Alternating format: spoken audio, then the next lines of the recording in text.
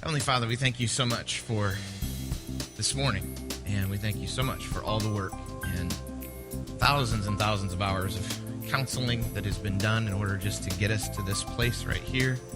This is so exciting. We've got a tool that we think is sharper than anything before and more effective and faster and more thorough. I just ask, Father, that you would bless our time this morning together. Thank you for every single person that's here, for the wonderful turnout. Thank you for all the people that actually care about this. It's just amazing. So God, just bless our time and help me to speak clearly, help Kurt to speak clearly so this can be understood as well as possible. And Father, just use this for your glory. Just pray that every single person here has the ability to use this to benefit your kingdom. We love you. It's in Christ's name we pray. Amen. Well, it is really appreciate you being here this morning. Ben and I have been working hard this whole week on today, and really today is a culmination of 12 years of work. And I hadn't even intended to really say anything or do any teaching today, but I got up this morning and thought, I should probably say a few things. So I jotted down a few notes, which I'll read extensively from because I haven't memorized this or practiced this, but there were some things I wanted to make sure that were said, and they were said just a certain way. Just a few months ago, a middle-aged man came into my office and said he was constantly struggling with anxiety and had for decades. And it was getting worse. He wasn't sleeping very well at night, and he had even started to take some blood pressure medications that were causing all kinds of bad side effects.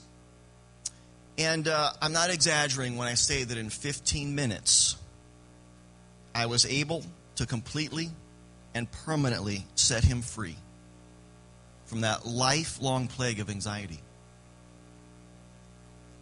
that was threatening not only his health, but maybe even his life. 15 minutes. I've asked this man since then, are you sure it's all gone? And he has told me, Kurt, that few minutes in your office changed my life. It changed my marriage. I've asked his wife, is he exaggerating? She said, no, he radically and permanently changed that day. If you want to hear more, you can ask Blade and Michelle their story. They're sitting right back there. But those of us who have been doing this ministry now for 12 years could give you many, many more stories of people who have been radically and permanently changed by this ministry and set free from excruciating emotional pain and having the quality of their everyday life and marriage and parenting again radically and permanently changed. And let me ask you, is there anything better than that? What would you do to have the power to change people's lives like that? Understand that this is what the Renew Ministry is offering you. A very rare and very effective power to radically and permanently help hurting Christians become happy Christians. That's what we've experienced now for 12 years. Of course, we want to give God all the glory for setting so many people free. But here is the reality. If Jesus Christ were here today, he would sincerely thank the Renew Ministry team for their dedication to helping his people be free from demonic strongholds in their life. Jesus would say, I gave you the tools, but if you, Kurt and Sherry and Jane, Ben and Amy and others had not invested the time to learn these tools and the patience to use them and the love to give them, those people would still be suffering. That's the reality. That's what Jesus himself would say. And that is the reality of spiritual warfare that we are in. Multitudes of God's people are in pain that causes all kinds of sin and hurt and dysfunction in their lives. And if we do not learn how to use the truth in a skillful manner to set them free, they will remain that way, and the devil will continue to control their lives. That's the reality. Jesus said all authority had been given to him, but then he told us to go. He told us to go and make disciples. Well, Jesus, isn't that what you're supposed to do? No, that's what you're supposed to do. You're supposed to go and make disciples. Do you know what that means? You know what go and make disciples means? It means go and change people's lives. Help people to change so that they fully obey everything I've commanded them.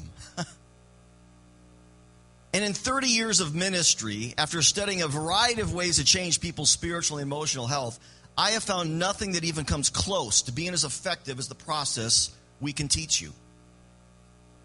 And this is precisely what the Bible commands and promises. When the Apostle Paul writes in Romans chapter 12, verse 2, be transformed by the renewing of your mind. The Greek there is metamorphos, which is a very powerful word. It means radical and permanent change. And it happens by the renewing of your mind. And God both commands and promises us that we can cause transformation in people's lives by renewing their mind, and we know how to do that in a way that is far more effective than what is usually happening in secular or Christian counseling today. That's what we're offering you. Now, we will not be able to teach you this process in a few hours today. So what is the goal of today? To simply ask you to make a commitment of a few months to learn this process so that you can have the same power we have. When you see the process on the one sheet of paper for the first time today, it will look a little intimidating. But let me assure you that in a short time, it becomes very natural. Imagine trying to teach you in a seminar how to ride a bike or fight with a sword, but you don't really actually have a bike here or a sword here. We're just explaining it verbally and on paper what it's like to ride a bike or fight someone with a sword. It's not really going to stick. That's why Pastor Ben is offering for you to sit in on appointments with him, and the people he's working with, many of them are willing to let you sit in on appointments and watch this process so that you can learn it. We want to coach you. And how this, we're gonna put you on a bike and let you ride. We're gonna put a sword in your hand and let you fight. We're gonna coach you. Today, we're just introducing this whole thing. And even in a few weeks, you can be surprisingly effective with this. In a few months, you can have the ability to help a lot of people with things that nobody else has ever been able to help them with. And, many people in this world go to school for many years, spending tens of thousands of dollars to learn how to help people with emotional struggles and pain. And often at best, they learn the ability to help people simply cope better. They never actually eliminate or even learn how to eliminate the root problems in people's lives. And again, for so many, that seems successful and worthwhile. But let me again tell you what we are offering you. We are offering you a process that you can learn in a few months, free of charge, and that actually sets people permanently free from their struggles with anger, anxiety, and depression. We are offering you something of great value, the ability to help God's people in such a powerful way for just the cost of your time and your love. That's really all it takes. Love and time. Now let me just spend a few moments on explaining how we developed this process, why it is so uniquely effective. About 12 years ago as a pastor, I was doing a lot of counseling and getting very frustrated with how ineffective I was. I could encourage them a little. I knew all the biblical answers to their questions, but their lives and struggles were not changing. I committed myself at that time to learn how to help. This was my commitment. I said to God, I want to learn how to help 80% of Christians with 80% of their problems. I believed, even as I do today, that there's a place for professional counseling. I'm not a professional counselor. But it is typical in American Christianity for churches to simply pass their hurting people on to the professionals. And I believed, and I still believe today, that God wants more mind renewal ministry happening in the church. That the command and promise of Romans 12:2 is being practiced in the church, not just amongst the professionals. And a few of us began using Neil Anderson's bondage breaker material, and specifically his 7 Steps to Freedom. And it was a good step. We learned a lot. We helped some people. But we soon discovered that it was not helping the deeper hurts and struggles that people had. Then a pastor friend of mine introduced me to something with a weird name, Theophostic Prayer Ministry. The good thing about this approach was that it helped people resolve the deeper hidden subconscious lies that were controlling their life. Most Christian ministry only addresses people's logical and conscious minds, and this is critical. But when the Bible says we can be transformed by the renewing of our minds, it means we must renew all parts of our mind, including the subconscious parts. Listen, the idea of the subconscious mind was not invented by psychologists, people. The Bible speaks repeatedly of hidden and even hurting parts of our mind. Read Psalm 139, verses 23 through 24 for just one example.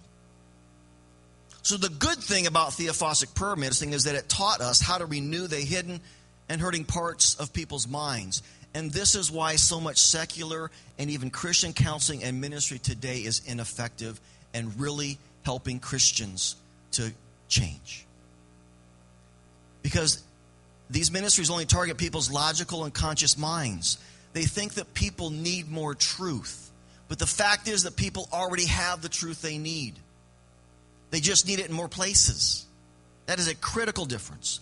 How many Christians struggle with this? They know the truth about God's love for them. They could give a teaching on the biblical truth of how God's love makes them totally accepted, secure, and significant. They know all that. So why don't they act like it? Why don't they feel God's love for them? Because there are hidden and hurting parts of their mind that do not yet know God's love for them. Therefore, they do not need more truth, just stuffed into their conscious, logical mind. But they need help in getting the truth they already know to those hurting and hidden parts of their mind. And the process we have been using for 12 years effectively helps people do that. This is why a number of people who have been professional counselors have told us our ministry has been much more effective for them. In fact, we have a young man who is currently in our church who is getting his master's degree in counseling. And he tells me that there is a revolution occurring in psychology today because they are recognizing the need to renew the subconscious mind instead of just giving people coping skills. The good thing about Theophostic is that we learn how to transform people by renewing the deep, hidden, and hurting parts of their mind. And over about the last 25 years, Theophostic ministry has helped hundreds of thousands of Christians all over the world. But the bad part, or at least the part about Theophostic that concerned us, was that it was too mystical. I won't go into detail about this. In my book, Mega Mysticism, I have an appendix about my evaluation from a biblical perspective of what concerned me about Theophostic ministry. Simply put, it encouraged people to expect divine revelation from God. That Jesus was going to give them new revelation in that appointment. And of course, we don't believe that. We don't believe that Jesus is still providing divine revelation today. We believe there's a much more simple explanation for why this is happening. That God has created the mind such that we can take the truth that we have in our logical conscious mind, and if we're helped, we can apply it to those hurting, hidden parts of our subconscious mind and set them free. You possess all you need already to be free. We just need to help you use it. And so over the years, we have modified that proven process of Theophostic to make it less mystical, but still take advantage of the mind's ability to process even visually. So the first reason this process is so effective is that it renews the subconscious, hidden, and hurting parts of people's minds. But there's a second reason that is so revolutionary about this process.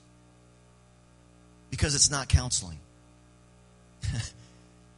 Not in any way is it counseling. Counseling is when people explain their problems and you give them the answers. That's what counseling is. The PC we teach is not counseling. First of all, because most people, again, are not radically and permanently helped by traditional counseling methods. As I said, most people already know the truth that counselors are telling them. They just need help in getting it from their head to their heart.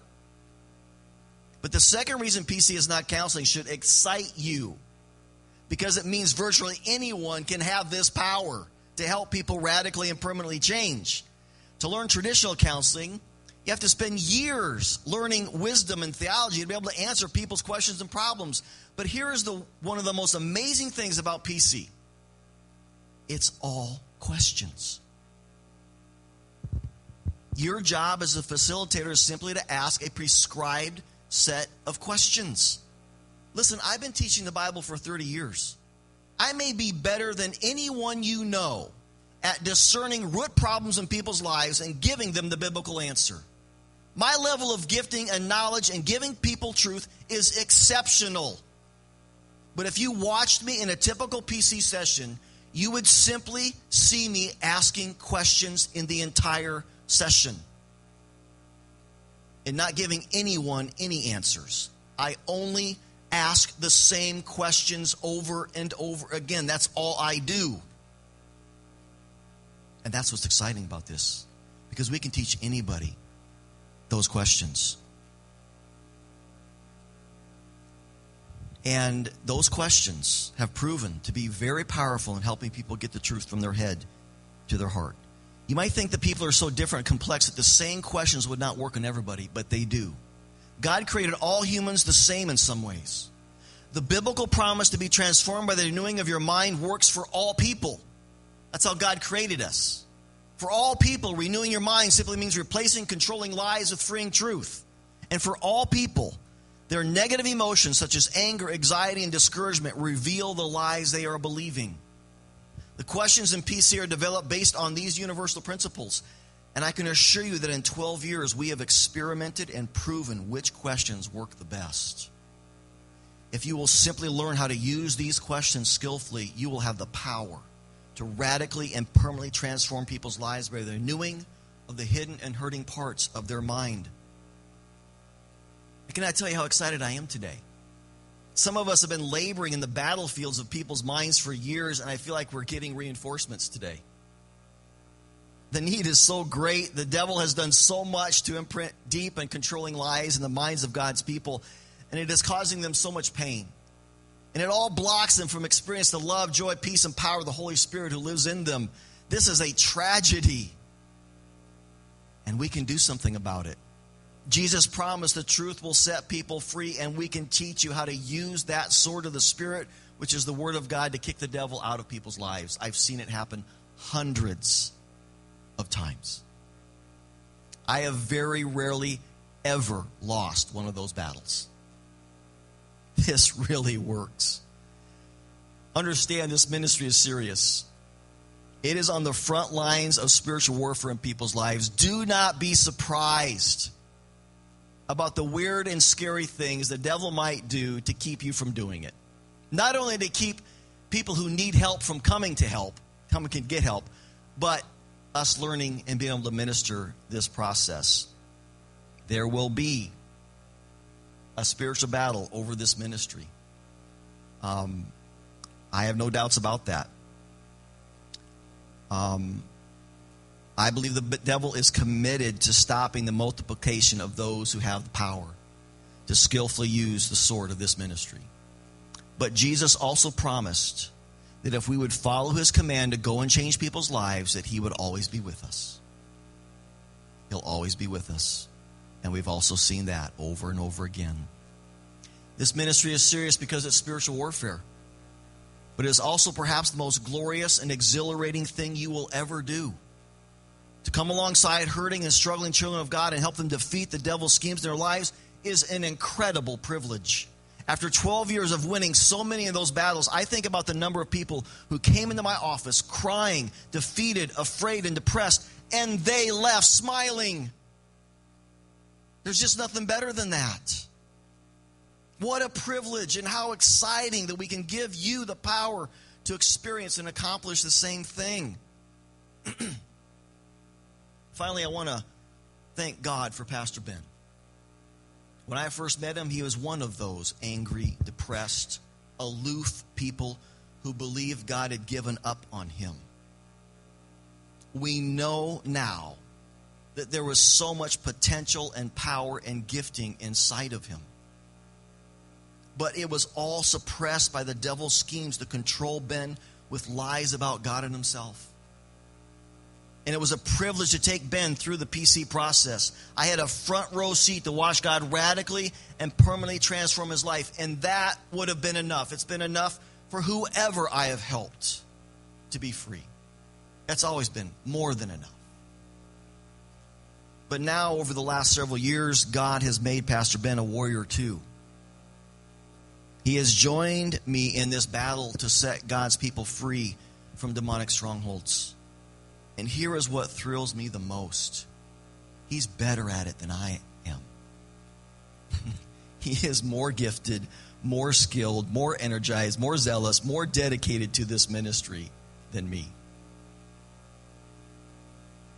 He is God's answer to my prayers to help this ministry go from just being the power of a privileged few to training a multitude of warriors who are skilled in spiritual warfare, and it will help a multitude of God's people be radically and permanently free from their sinful anger, fear, lust, and discouragement, and experience the power of the Spirit's love, joy, peace, and holiness.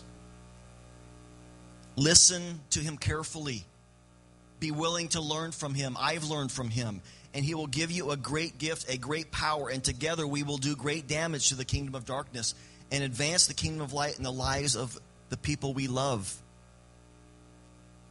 You're about to ready to begin a journey, an adventure into the realm of spiritual warfare, into people's deepest souls, hearts, and minds. It's an incredible adventure, an incredible journey. And I commit you to God's grace and his power as you begin that journey. Amen.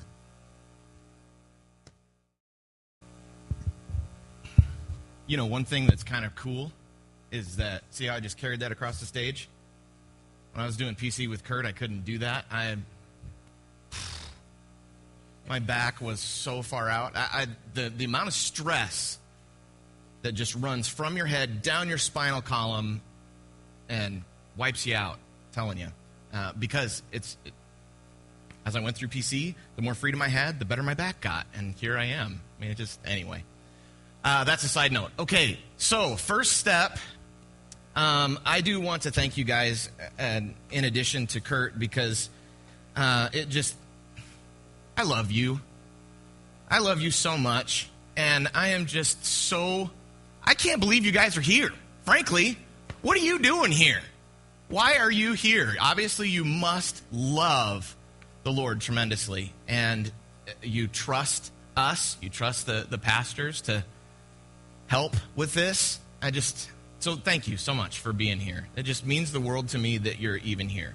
Now, I recognize that not all of you are like committed to, okay, I'm going to be a counselor and give me 6 appointments a week, and I recognize that. And I don't have any big, giant expectations for you. Some of you, may not do a whole lot of this. You just want to understand it and see it and help be a part of encouraging people in it, and that's fine with me. I do hope that a few of you step out and try this and have the guts to just jump into the trenches and see what happens. So thank you. Thank you so much for being here. Okay, in your folders, pull out the Winning the War Within You.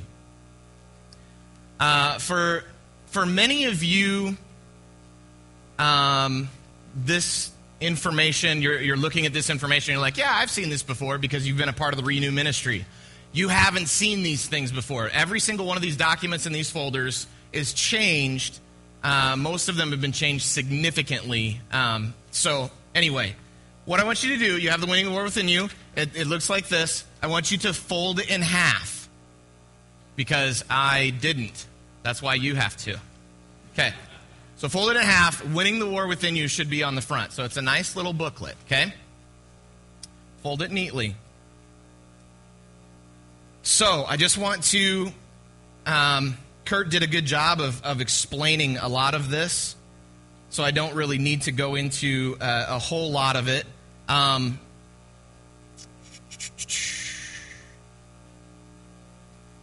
think what is important that I'll highlight on the second page when you open it, you've got the word parts, because your mind is in parts in bold under Title 5. Parts of your mind fully trust in God's love, and parts of your mind do not. Romans 7. Remember Paul in Romans 7? He's like, why do I keep doing what I don't want to do? Every time I want to do what's right, and then I can't do it because evil is right there with me. All the good that I want to do, I don't do it. And all the bad that I don't want to do, that I keep right on doing. Paul is talking about this dichotomy, the duality that's within us as Christians. We've got the flesh, or the sinful nature, as the NIV calls it. We've got the flesh, and then we've got the spirit. Now, maybe this isn't new to a lot of you, but I promise you it is new to some. Paul makes the declaration there in Romans chapter 7 that this flesh of his, it's not the real him. It's not him. Your flesh, you have a flesh, and your flesh is not you. Paul said, when I sin, it's not me that's actually doing it. It's the sin that's living within me that does it. My flesh does that, but that's not me. The real me is who I am in my inner being. I delight in God's law. So, he's explaining that duality. Our task in the Christian life is to take our inner being, make this bigger and bigger and bigger and bigger and bigger, and take our flesh and make it smaller and smaller and smaller and smaller and smaller. That's what we're supposed to do. How do we do that? By renewing our mind, Romans 12:2. So, we've got our inner being, our spirit, that knows all the truth, as Kurt was saying. It knows all the truth for the most part. Obviously, not everybody knows everything. But for most of us in this room, we've got a pretty good understanding of what Jesus feels about us and what Jesus would say to us in understanding us, in our pain and in our hurt. So we take what we know in our spirit. Oh, my goodness. Okay. Ben, while you're writing that, let me just add something. This is so simple. The devil is so simple. His only weapon is a lie. And you know what? It's even more simple than that because he only has one lie and he uses it over and over again. The one lie, one way or another, God does not love you. You are worthless. You are alone. You are hopeless. You are rejected. You are shameful. You are dirty, whatever. It's the same lie. It's so simple. This is why the truth that people need to be free is so simple. If you have one Bible verse that you believe about God's love for you, you have enough truth to defeat every lie the devil will ever give you. You don't need deep theology. You need one truth. God loves you, because the only lie the devil keeps using over and over again is God does not love you. So, we've got our flesh. Where's the flesh? The flesh is over here. Flesh here, spirit here, okay? Flesh, this operates in the subconscious mind. For the most part, when you're in your flesh, you're operating out of your subconscious mind. For the most part, okay? When you're in the spirit, you're operating out of your conscious mind. For the most part, okay? Don't take this all the way to the end, okay? And argue with me in your head. I'm just making the point. Most of the time in the spirit, you're in your conscious mind. You're in your intellect. You know. It's all right. And in your flesh, you're in your subconscious mind. You're operating on instinct for the most part. Okay? Okay. So, parts. Let's go that way. We have parts of us. Paul's talking about the parts. Well, there's two parts, flesh and spirit. He says, what? This is not even us. He keeps talking. He says it's me, but it's not me, but it's me, but it's not me, but it's me, but it's not really me. That's what he does all the way through Romans 7. So he talks about flesh as him. This flesh is where the big parts are. So you'll have, in your flesh, you'll have parts of you that are anxious. You'll have parts that are angry. You'll have parts that are abandoned.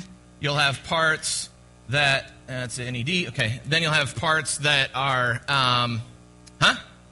alone. Yeah, worthless. You'll have all these, and here's the thing. These parts, they're all different. The anxious part isn't the same part as the abandoned part. The worthless part isn't the same part as the alone part. The angry part, they're not the same. We're made up of a bunch of different parts. The thing that I'm going to teach you today is how to take all of these parts and divide and conquer. That's what I'm going to teach you. You have to divide and conquer all these parts, because when you're in a session, people, all these parts, they start coming out. You'll see it. You'll watch them. You'll be asking them questions, and you'll see they're visibly angry. And then 2 seconds later, they're visibly depressed. And then 2 seconds later, there's something else. They shut down, or they just, oh, it's okay, it's fine. Don't worry, I'm not going to worry about it now. And it just, all their parts will show up in a counseling session. You have to divide and conquer them. You can't take them on all at the same time. Okay? Okay, that's that part for the parts. Let's skip to this side here, the third, okay? Under renewing your mind with PC. We are no longer calling it prayer counseling simply because of what Kurt said. This isn't counseling, okay? We are calling it process conversation because you're having a conversation that is helping the other person process truth.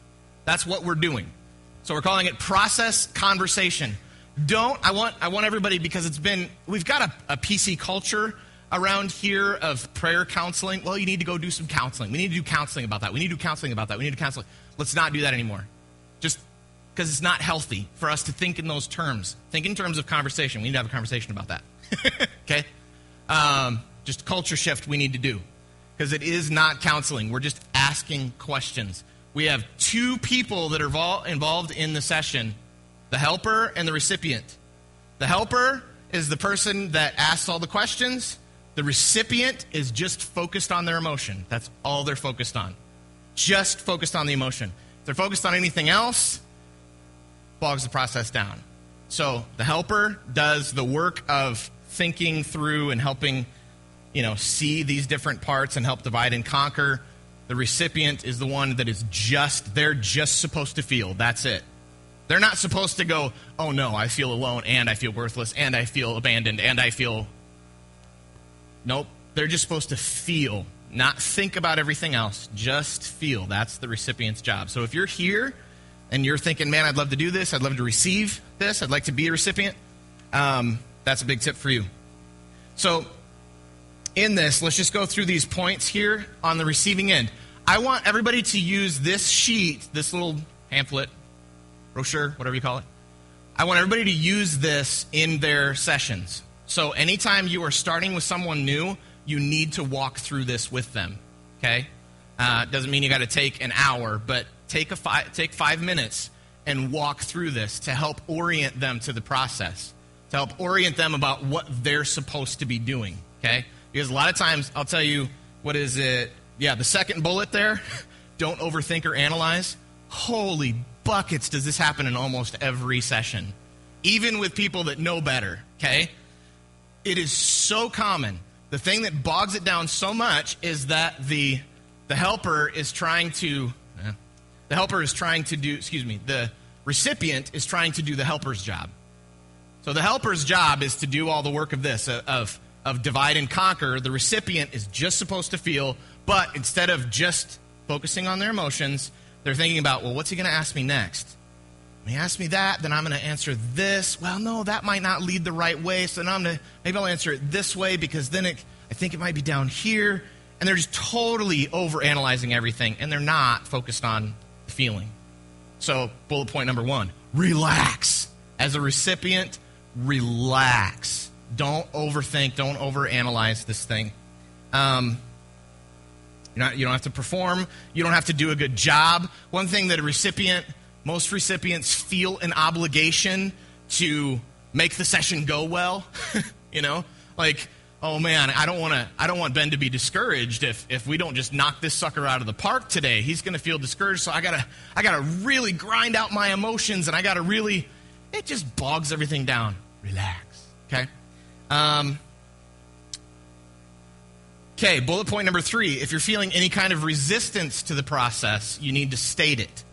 You need to say out loud, hey, sorry, I have to use the restroom because I can't focus because my bladder's full. You got to say it so they can go out. If you're thinking, you know what, I'm getting really angry right now. Like you're just seeing, like you're trying to focus on your emotions and something comes and gets in the way. You've got a roadblock. bunch of little ants just carry a roadblock out and stop it right in front of you, and you're bumping into this anger, and you can't get past it, and so you're trying in your head, you're trying to feel, but you also have this anger, and it just isn't. State it. Say, I'm feeling angry, or I'm feeling whatever else is getting in the way. Or, you know what? I don't think this process is good. I don't like this process. I don't want you to talk to me this way. Or, I don't trust you. I mean, it could be anything that just gets in the way of the process. You have to state it. Because if you don't state it, then we can't keep moving forward. I just want to say that we call these guardian lies. And they're very powerful because they've been guarding these hurting parts, and they've been doing that job because you didn't have anything else. But now Jesus wants to replace. Jesus wants to guard you. Jesus wants to replace these guarding parts. And this is one of the most difficult things about this process, is helping people do that. But these guarding parts keep people from even getting help. One of the most common guarding lies is shame. Well, I can't talk about that. I can't. It would be so painful to even talk about that. I can't go get help. Well, that's a lie, first of all. That's a lie that the devil is using to keep that person from getting help. And those guarding parts keep people in bondage. It's like the walls around the fort that the devil's in. The devil's got a fort in your mind. He controls that place in your mind. He's got a fort, and there's walls around it. The walls have to come down before you can kick the devil out. And those walls are the guarding parts that Ben is talking about. The anger, the shame. Those are the guarding parts that we have to skillfully resolve. Okay, so as Kurt kind of sort of mentioned earlier, we've been through a process when we're thinking about this, how we're going to do this. It's been a 12-year process to get from here to here. So TPM, that was the Theophostic Prayer Ministry that was mystical. Kurt took the Theophostic Prayer Ministry because it was very effective with people, tweaked it to take out the mysticism, and we landed on PC, prayer counseling. Okay? Then we went to the felt process that changed a few other things because we were trying to work with people that were what we called category 5s, like the really difficult people that are, not processing well enough. So we made some more tweaks, came up with the felt process. Then, felt process, we were still struggling with these category 5s, and we came up with the room process. This is where we went back to. This is basically what this is. So, the room process. Let me tell you how we landed on this.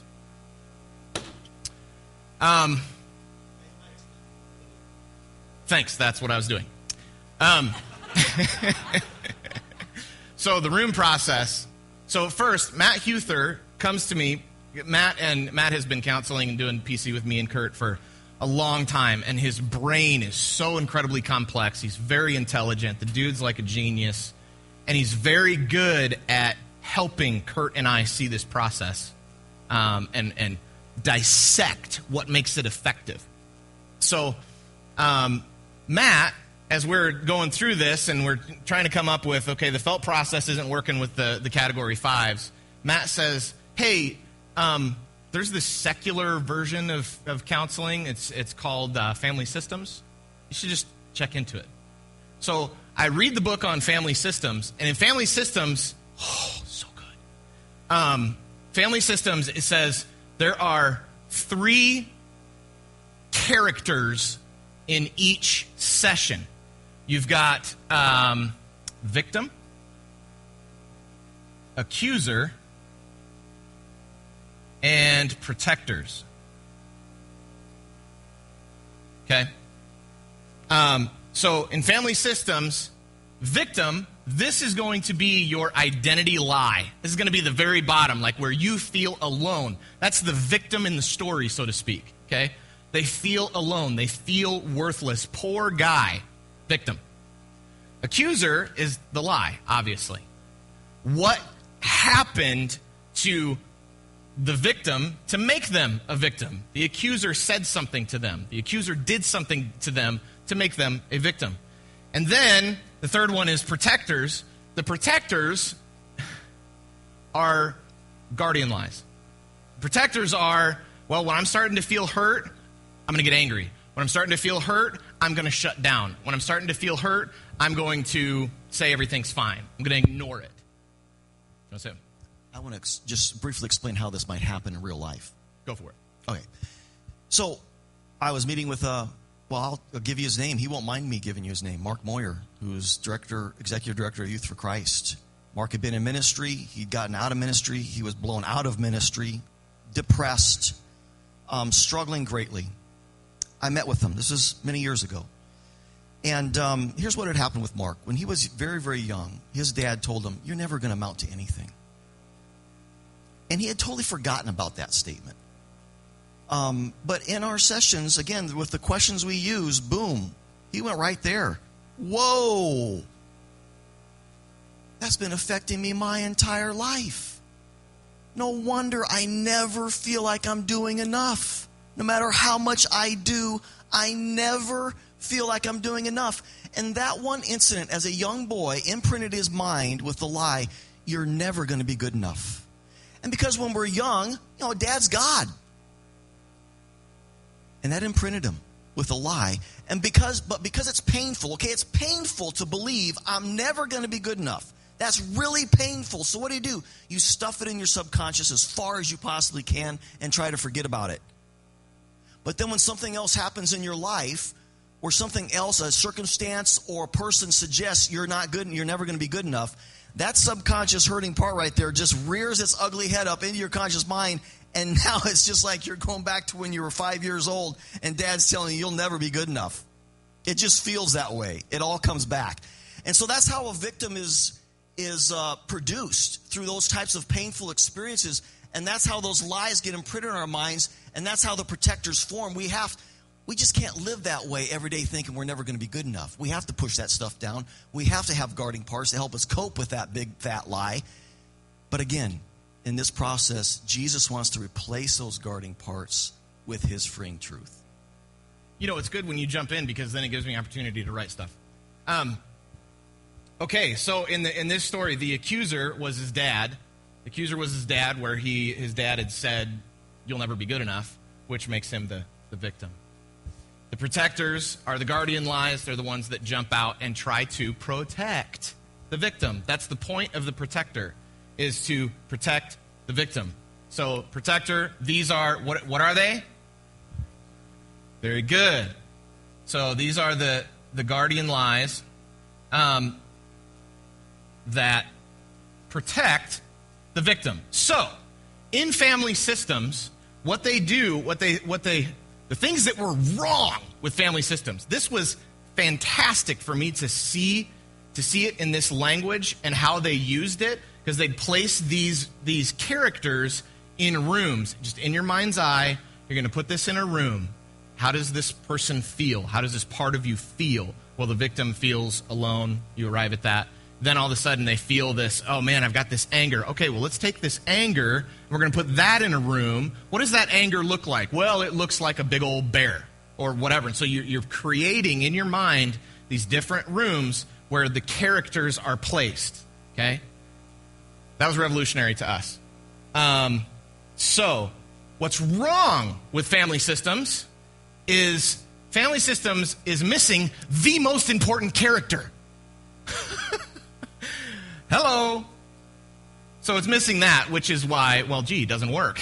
It's great, but it's not going to work without Jesus in it. So they don't have Jesus in it. The other thing that was wrong with the family systems is that what they say is the protectors are always good.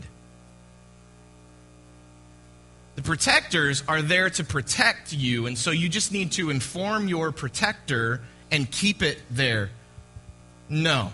That's just not true. The guardian lies, 90% of them have got to go. They have got to go. It's a lie. Now, sometimes a guardian lie, you'll discover this through experience, sometimes a guardian lie can be redeemed. All of a sudden it changes because it's a part of their personality that, yeah, I am analytical, but I was totally overanalyzing that. So I'm not going to overanalyze that, but I'm going to see, and it's going to inform how I analyze things, okay? So that can happen at times. But most of the time, the guardian lies just got to go. It's in the way. It's got to go. So family systems, from that, then I wrote the room process, which is basically what you're going to see today. Then we had some concerns about, well, I don't know, maybe it's too visual, and what if people think we're being new agey, like we're doing this guided visual process, like imagine yourself on a beach and the wind is blowing and whatever. Yeah, that's not what we're doing. This is not new age, okay? This is just simply divide and conquer. Let me just say something else about that. We've discovered that people think in three different ways. Some people think visually in pictures. That's how they process truth and lies, is in pictures in their mind, okay? That's thinking visually. Some people just think in concepts. That's me. You ask me to imagine something, I can't. I just think in concepts. Other people think in memories. Events are very important to them. And so that's why, for some people, they do need to go back to those places in their past, because that's where they're going to experience and process the truth and the lies, is in an actual memory. So there's basically three different kinds of thinking here that we're trying to help people with. Maybe you're a visual thinker, maybe you're just a conceptual thinker, maybe you're a memory thinker. This process helps all three of those. All right, so thank you for that. So we've got memory, visual, and then what was the third one you said, Kurt? Conceptual. Okay. I'm going to explain to you why it works for all of these. So, what we did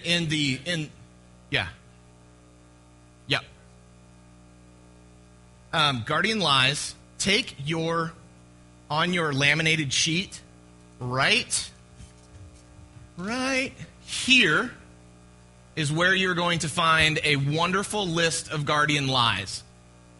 Guardian Lie, nope, you're not. Never mind. It's on the back of the sheet.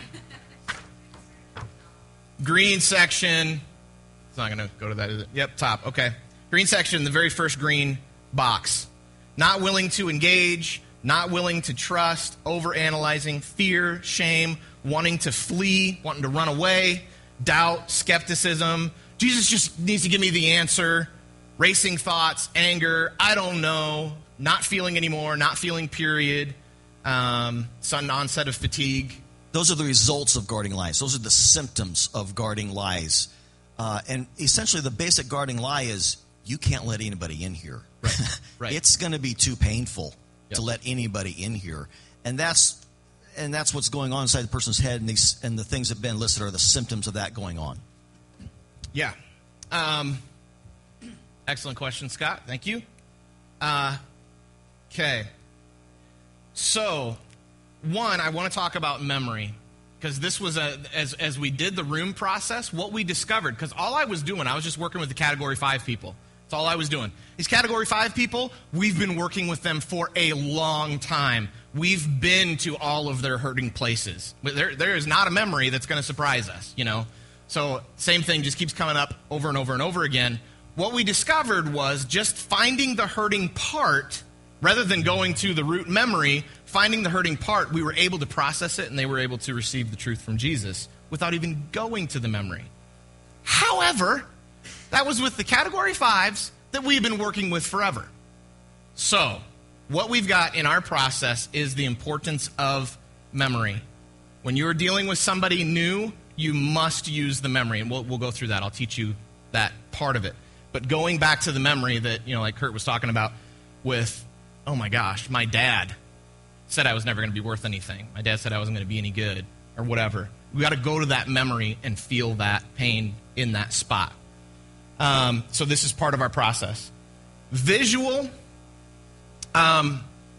Initially, what we were doing with the room process that worked really well was we would say, okay, let's take this hurting part of you.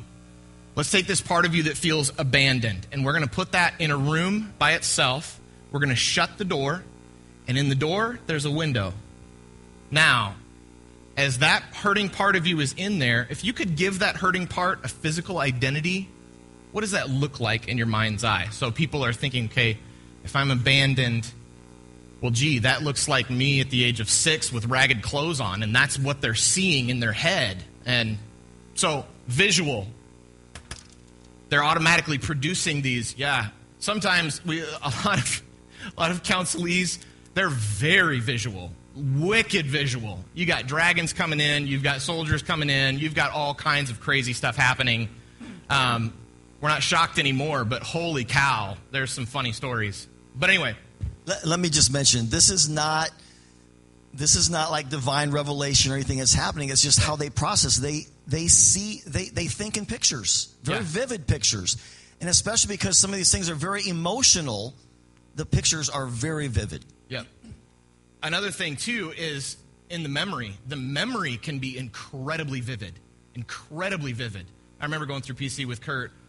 Whew, there was a moment when I went to my mom announced to me that we were going through my parents' divorce, and she said some things about my dad that I was like, no way, and I just started chucking rocks at Pierce Elementary School because I was just mad.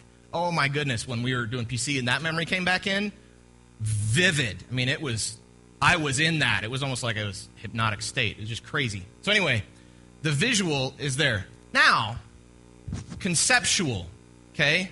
This was part of when we were doing the rooms and we're placing things in rooms, Kurt is not a visual thinker. He just sees words in his head. That's it. He doesn't see. I like to say it's truth, but he just thinks in concepts. He doesn't see anything else. So Kurt actually was probably the biggest opposition to using the rooms because I just don't get it. Nope, I don't see that. Now, so I made one tweak while doing the rooms thing that made it effective for the conceptual thinkers.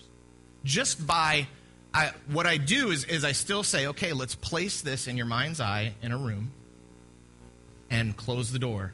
Now that hurting part is in there. That's all the conceptual person needs to know, is that part of me is by itself. It is divided off, and it's over here. It's not with the rest of me. It is over here. It's alone. It's by itself. And now I can bring Jesus to look at that, okay? So you don't ask. If you got a conceptual thinker, you don't ask, okay, you give that a physical identity. What does that look like to you? They'll be like, a green blah, blah, blah. And it totally just takes them right out of the session, okay? So with conceptual thinkers, you don't want to push visual. With visual thinkers, you do. Yeah, so let me just say something about my opposition. You can think about what the next thing you want to say. I really am fighting to not make this a mystical process because there's so much mysticism in American Christianity today, and it hurts people. And you've got people, professing to be receiving revelations from Jesus and all this kind of thing. We don't want anything to do with that. So, and because I don't personally experience images in my mind like that, I just was having a hard time grasping it. And I had spent years developing what I called the felt process. Years. And it had worked really effectively for most people. And I was about ready to teach that process, write the Freedom Study and teach that process. And then Ben came along and messed it all up. Actually, what he did, again, we were bumping into these people that were not being helped by the felt process. And I said, Ben, go after it. Figure out how to help those people. And in the process of learning how to help those people, he made the entire process better. Those who know me know I'm a very stubborn person. I don't change this kind of thing easily. Again, I developed that process over a period of 10 years. I wasn't going to change it for nothing. The reason we've changed it is because this is better. It works faster, it works easier, it works more powerfully with more people. That's just a simple fact. We've proven it now for 2 years. It's better. That's why we want you to learn this. Okay, so as you guys look at your laminated sheet, as you look at this, I imagine you're probably overwhelmed. You're like, what in the no way? I am not, this is way too complex. I understand. But let me say this. This will become so natural to you after you do it a little bit. And hopefully after we're done explaining the process, as we break down this sheet, by the end of today, I'm really thinking you'll be calm about it. Be like, okay, I see it, I get it. So today, I just want you to understand the process. It doesn't mean you have to be prolific at it, but I want you to understand it. If you're not understanding something, if I'm just flying right over your head, stop me, okay? Raise your hand. Questions are totally welcome. as we walk through this, because I want you to understand it. If you don't understand it, I haven't done you a service, okay? And if you don't ask the questions, well, then it's your fault. So, this, I think, will help you understand the process a little bit. I want you to think about this like it's a movie, okay? You're just going through a story.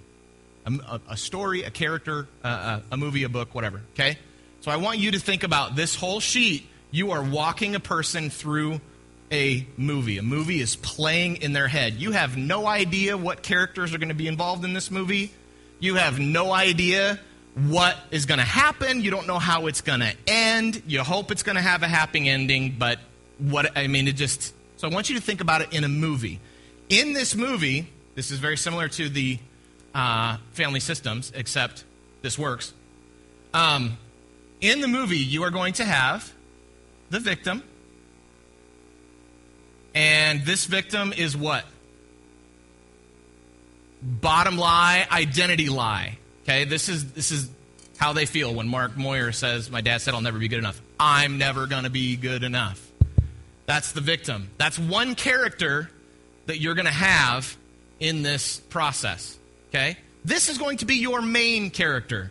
This is going to be what the movie is about. Tracking with me? You can nod your heads if you want. There you go. This is what the movie is about. We want this victim to be saved. Okay. Thank you, Leah. That's why she's sitting in the front seat. Okay. Next, you will have the accuser. And the accuser is what?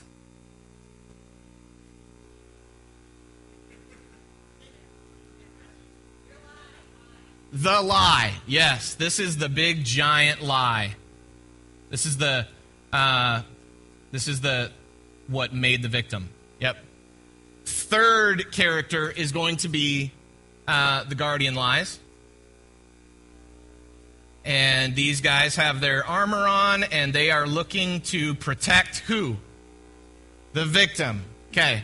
They don't want the victim to feel the victim stuff. They're just trying to suppress all of that. The guardians don't want the victim to feel this. It hurts too much. It shuts down the whole person when the victim shows up. Tracking with me on that? If this victim starts feeling, I'm never going to be good enough, guess what? That person, the whole person, not just that part, the whole person becomes very ineffective. So the guardians are trying to make sure that the victim stays out of view always. Okay? Tracking with that. Any questions about that? Can you repeat that? The guardian's task is to keep the victim from being even seen by the person, by the whole person. Experiencing pain, too. Yes, yeah. We don't want to experience the pain, because if the victim is on the forefront of the person's mind, that person is going to be powerfully ineffective. Okay. Any other questions? Let me just say something about this pain real quick here, okay? This is, when you do PC, you'll be amazed at one point of how simple this is. You're dealing with complex minds. You're dealing with the most complex organism created in the universe, okay? You'll be amazed at how simple this process is, but it is not painless. There is no way to get these hurting parts of your mind renewed without experiencing some of that pain. When Mark Moyer's dad said, "You're not going to amount to anything," that caused a great deal of emotional pain in his life. It wasn't because of what his dad said, it was because of what Mark believed. If Mark wouldn't have believed what his dad said, it just would have bounced right off of him. Mark could have laughed about it, said, "It doesn't matter what you think, God loves me." It's the lies that cause the pain, not what actually happens to us. That's a very important thing to remember. But this is one of the hardest things about giving this ministry to people is when they're sitting in front of you, they have to go to this pain. This is one of the most difficult things for them too. They've been wounded, okay? And you got to take the bandages off. You got to take the guarding stuff off. You got to unwrap those bandages, and you got to look at the wound that's just not being healed. There's no other way. We've tried to find a way to make this less painful, But believe you me, the temporary pain that people experience in the session is far, far less than all the pain they've been suppressing for their entire lives. And here's what happens. You see, God created you to be able to suppress that pain for a while, maybe even decades. But then those parts of you start getting tired and they can't hold that stuff in any longer. And when you start getting your 40s and 50s, that anger, that depression, that fear all starts coming out because you can't hold it in anymore. And now, the stuff's oozing out of the bandages anyway. That's what PC does, is helps you take off those bandages, look at the wound for what it really is. You got to go to those painful parts and experience that pain. This is not a painless process, but it is effective. So you tell me, when I'm starting to do a PC session, okay, last character is who? There you go. All right, when I'm starting a PC session, which character am I looking for? Looking for the victim. Yep. When we start the session, I'm looking for the main character. I got to find the victim. I got to find the bottom lie. Okay? The victim that feels worthless, alone. Those are the most common things. They're feeling worthless or alone. By far, they're the most common. Anger, the identity lie. It says what they are. I am alone. I am worthless. I am helpless. Okay? Those things are the bottom lie, and it always says something. It defines who the victim is. It says what they are, their essence. Okay? Anger is not a bottom lie. You don't treat anger like a bottom lie. Anger is not essence. Okay? It's a just guardian. Protection. Yeah. So guess what happens? As you're starting the session and you're trying to find the victim, guess what happens? Who shows up? The guardians show up trying to keep the victim from being seen. This is all happening in your subconscious mind, and it happens every time. There's been a few sessions where no guardians show up. A few, but for the most part, you're always going to have some. The guardians show up trying to keep this from happening. Now, if you have a session where all you do is kill a few guardian lies, that's good. Nailed it. Did a good job. Kill the guardians. Okay? If you can't resolve all of it, at least get some of these guardian lies out of the way. Then you can help the person process through, and the victim is easier seen next time. Okay, now, yes, Ed. Getting rid of a guardian lie, how does that look like? Does that mean you're not going to get angry anymore? Or? It means for the session, it's taken care of. And the guardian lie is defeated by the truth of Scripture, and the guardian lie is no longer in the way of the victim. But let me say what else it means. There's a part of your mind that has been permanently renewed. And whatever was triggering that anger before will never be triggered again. This is permanent. Because you'll never be tricked by that lie again. That part of your mind will never be tricked by that lie again. It just won't happen. So, I'm going to cover this conscious, subconscious thing. Then I'm going to let everybody stand up, take a potty break, grab a snack or whatever, and then we'll walk through the process, okay? So stay with me. Open your eyes if you're closing them. Okay. Conscious, subconscious. This, I already talked about the divide and conquer aspect of PC, which stands for what? Process conversation. Nice. I already talked about that. Divide and conquer. And we all understand what I mean by divide and conquer. Isolate it by itself. You only focus on one part of the person at a time. Huge. That makes such a big difference in comparison to theophostic or PC or felt process or light. Divide and conquer is such a huge underlying principle that we got to operate with. Here's the other one. Conscious versus subconscious. Let me tell you why this works. Why the rooms work. It feels miraculous to me, okay?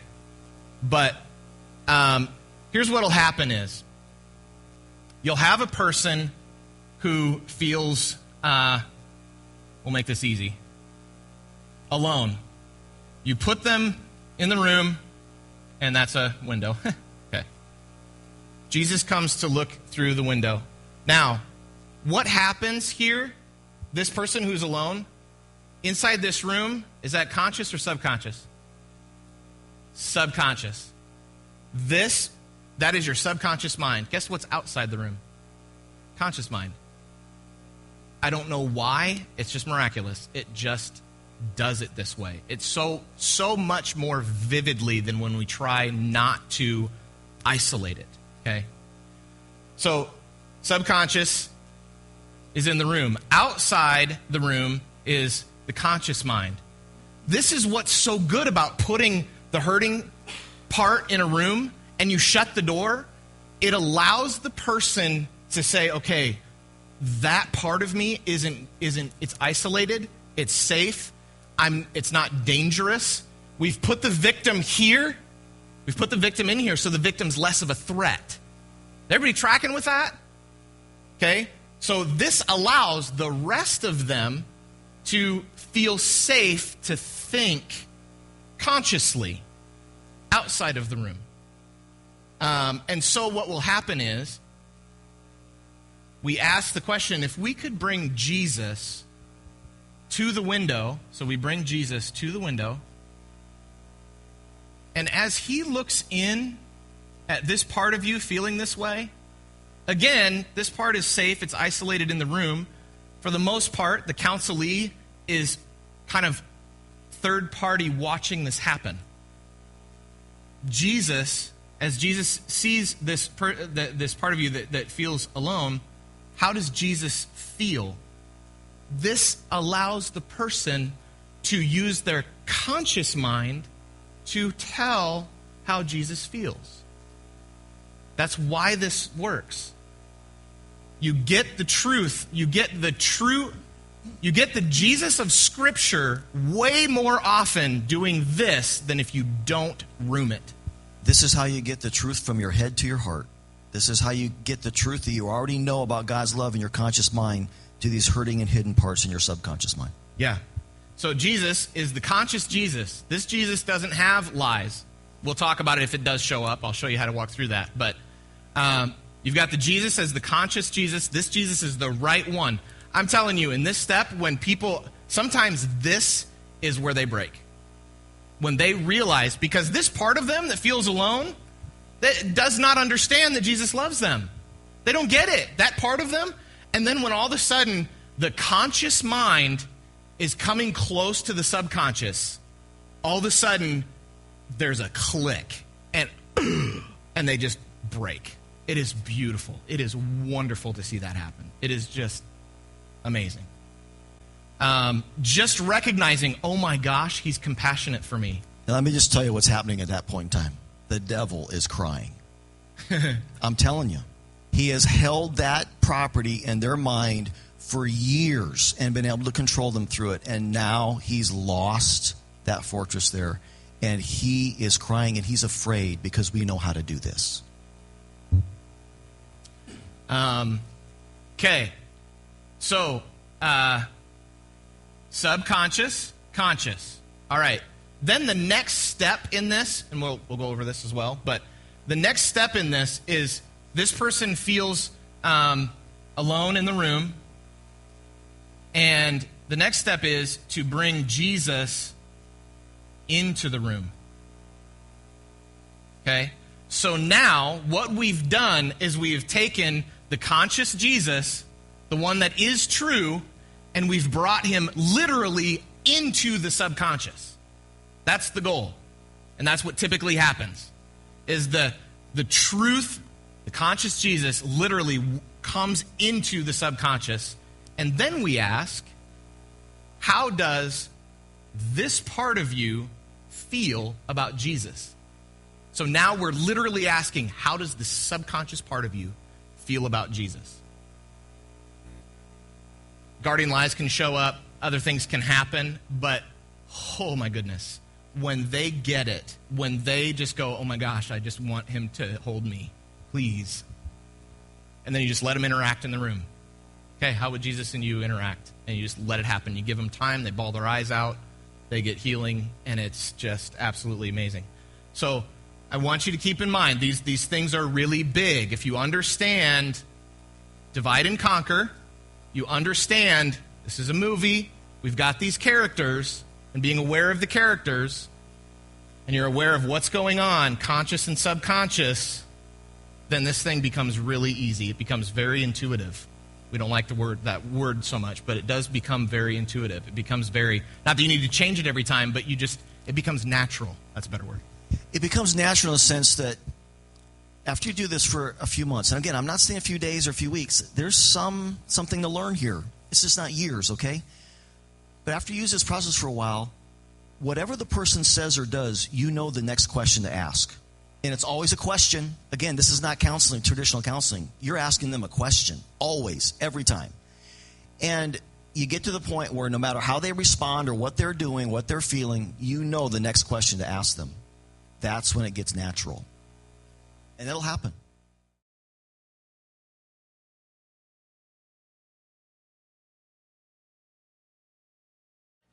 Okay, I want to make a few statements of clarification from people that have had some questions already just coming up and going, hey, what in the... Okay, so one, I want to be clear about family systems therapy because I've been dogging it pretty good, right? So I want to be clear about that. One, family systems therapy... The actual name is internal family systems therapy. Just so you know, okay. Listen.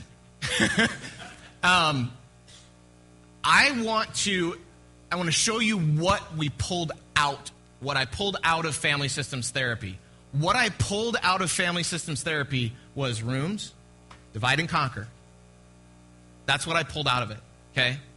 The way that they define protectors and guardians is not the same way that we define it, okay? So if you have experience with this, or if anybody watching the video has experience with internal family systems and you're thinking, oh, he just totally is not even understanding what internal family systems therapy is, I do. I'm just showing you this is what I pulled out of it. So that's one.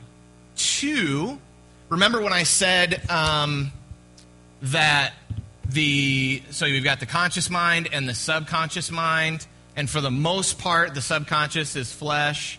Remember how I said most? Everybody remember that? How I said most? Remember that? Okay. And then I said the conscious mind is mostly the spirit. Yep, that's a 5S, spirit. Okay. Okay, mostly. Now, here's what I want to show you. When the flesh is believing a lie that is in the subconscious, and we go to the conscious to get the truth from Jesus, and literally what we are doing is we are taking the truth from Jesus over here to the flesh and stealing it away, taking that territory and going, now you're a part of the spirit. Okay? You are stealing away. So now the flesh is getting smaller and the spirit is getting bigger. So in that way, it does become subconscious over here in the spirit. Because now you're going to operate subconsciously, just peace. You're not going to have to think about, okay, I have to be peaceful now and I have to be patient now. You just will. Okay? And let me explain the practical thing that happens in your life because of that. Many years ago, I asked the smartest man I knew, what's the difference between living in the spirit and living in the flesh? We're driving in a car. Kurt, of course. It wasn't you. We're driving this car in Colorado, and he was a great teacher of the Bible. And I asked him that question. I had this opportunity to be alone with him in the car, and I asked him that question because it was, what's the difference between living in the spirit and living truth? He said, I don't know. Now I understand, and I teach this at New Life. What is the difference between living in the spirit and the truth? Believing what you're believing, right? Remember, if you are believing and trusting the truth, the Spirit of God is controlling you. That's the difference. It's a very simple thing, but it's very powerful. It's when you believe lies that the sinful nature controls you. It is that simple. You're either being controlled by the Spirit or being controlled by the sinful nature every minute of your life. And the difference is, what are you thinking? What are you trusting in right now? What are you believing? If you're believing the truth, you will be controlled by the Spirit and His love, joy, peace, and power. If you believe lies, you will be controlled by the sinful nature's worry and anger and depression and all those things. It's that simple. So as you renew the mind, this is why you begin experiencing more consistently the power of the Spirit. You don't become perfect. We're never going to renew our minds 100%. I'm going to die. The day I died, I'm still going to have lies in my subconscious mind, okay? But the more you renew your mind, the more consistent now that you are believing the truth, trusting the truth, and now experiencing the powers of the Holy Spirit. That's what practically happens here. Okay. All right. Are we ready to walk through the sheet? You're supposed to jump up and cheer and, yeah, there you go. Okay, so what we need to do here is you need to stay with me as I walk through the sheet, okay? So follow what I'm saying. Don't get all distracted by all the stuff. I know there's a lot on here. Stay with me, and this will all make sense, okay? So let's start on, what is this? Let's start over here, okay? We're gonna go down this column, okay? And I'm gonna show you the 5 steps to the process. The first step is revealing the lie. Notice, because we are awesome, that it's R-E-N-E-W, renew, because it's Renew Ministry, PC, okay, all right. Thanks. I was feeling very insecure about it. All right. There you go. So, revealing the lie. The goal of the first step is, as stated on your sheet, it's just finding the painful identity lie about the person. You're looking for the victim. That is what the first step is about.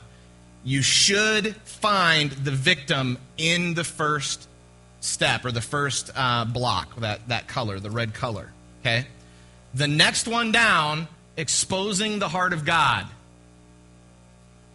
Exposing the heart, you have to push a button. You can't just tell it to shh, you know.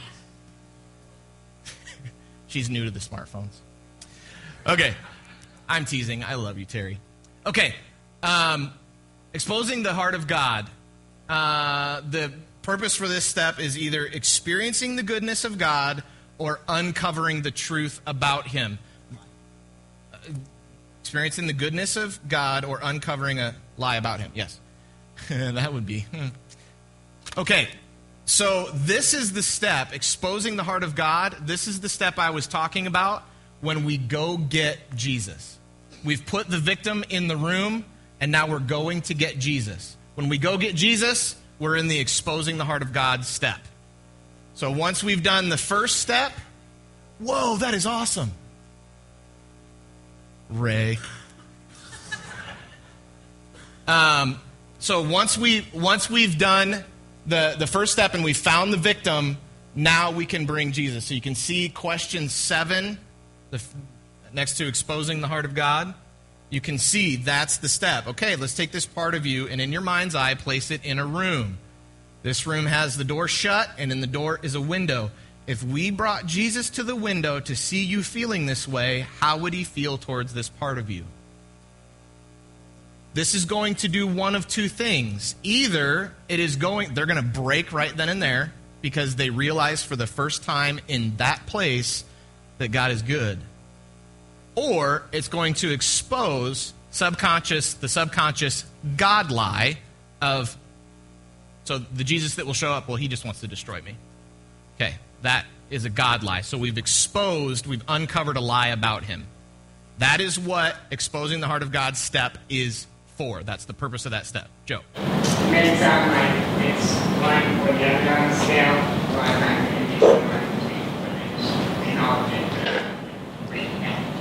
right? Yes, that's true. Yeah, sometimes it'd be like He's compassionate for me, but it's not breaking. They can break at that point as they realize that, or they'll break later when you bring Him into the room. Okay? Thank you for that, Joe. So that's exposing the heart of God. The next step, nearness to God. This one is laying bare our vulnerability or exposing our guardian lies. That's the purpose of this step. So now, if you see question 10, if we're to open the door and let Jesus in, how would that part of you feel about Jesus being in the same room with you? That's going to expose to the helper what's going on subconsciously. What does the subconscious part of them believe about God now that you've brought Him from the conscious into the subconscious? Anybody have any questions or clarification? We're kind of moving through here kind of fast. Does anybody have any questions? Is it actually making sense? Okay. Next step, enlighten with truth. Aligning God's goodness with the heart that desperately needs it. Okay? This is just the truth step. This is the fun part. This is where things get, first question there. If the two of you were to interact, what would happen? So you found out that you've got the right Jesus, and you found out that that subconscious part of them welcomes him. Let them interact. The truth happens. They possibly usually break here. And you can just give them their time and celebrate the truth that God has given them and move down through. And then last step, the witness step, sharing the goodness of God. This is where you just go and you review what's happened. This is the debriefing section of the session. Okay? So you just ask a few questions. Let's back out here. What would you say was the lie or the lies that we confronted today? And it just helps them recognize, yep, we did things today. Okay? Because these sessions can get messy. They get really messy and they can get convoluted for the recipient. The helper, if you're doing your job, it's not too bad. It's not hard to keep track. And I'll show you how to keep track. But it can be such an overwhelming emotional experience for the recipient. They may have felt 20 different emotions. And they're just like, whew, and then they've just been slammed with the truth, and they're kind of like deer in the headlights, like, oh my goodness, I didn't realize that. Okay, well, let's realize it. Let's review. So that's what those last 4 questions are about. What's the typical length of a session? Well, really depends on the person. But yeah, typical length of a session of just doing the PC. I'm a personal guy. I like interacting with people. I like loving on people. And so typically there's some time at the beginning of the session where we're just connecting and loving on each other. And then the session, walking through this. So it takes me half the time it takes Ben is one answer to this question. Yep. That's true. But the actual processing part can be very, very fast. There have been many sessions that are 15 minutes less that just fly right through it because you identify the victim, you see it, you're just seeing the movie in your head, you're just watching the characters play out, having them interact in the right way, and it can happen as quick as 15 minutes. If you've got tons of guardian lies and tons of God lies, and then the God lies have guardians attached to them, and the guardians have God lies attached to them, well then, it can take a while. But you really want to stop hour and a after. half. Yeah, hour and a half is about all people can handle. So yeah. This is an emotional thing. This takes emotional energy from the recipient. So yeah, an hour and a half is typically the longest that we want to go. Yep. Okay. Any questions? Let's go back up to revealing the lie and start going through the questions, okay? Okay. So revealing the lie. Question number 1. The first thing you're going to ask them as you start the process is, what negative feeling are you struggling with? And then just have them tell you about that. So typically somebody's going to come in and you say, well, what negative feeling are you struggling with? And they'll be like, well, I was with my wife and she said something at the breakfast table and holy cow did it trigger me. And I got so mad, I couldn't believe how mad I got about that. Okay, so that's the opening question, is just, what exactly are you struggling with? Tell me about that. Question number 2, how does that make you feel? I will explain this. This is probably the second messiest part of the session, is just trying to find the victim. Just trying to find it like, so you could be asking, tell me what happened. They could tell you a big long spiel. Sometimes they get emotional right away. That's good. Then you can work things through pretty quick. Sometimes people are really struggling with, well, I don't even know what I'm struggling with. I am struggling, but man, I'm just, they're just processing out loud, and it takes them a while just to kind of barf their internals out on you, and then you have to ask more questions just to get to the victim. So the second question. Go ahead. The second question is, how does that make you feel? You'll notice that second question is also the fifth question. Okay? How does that make you feel? These questions, how does that make you feel? That's the one you're going to ask.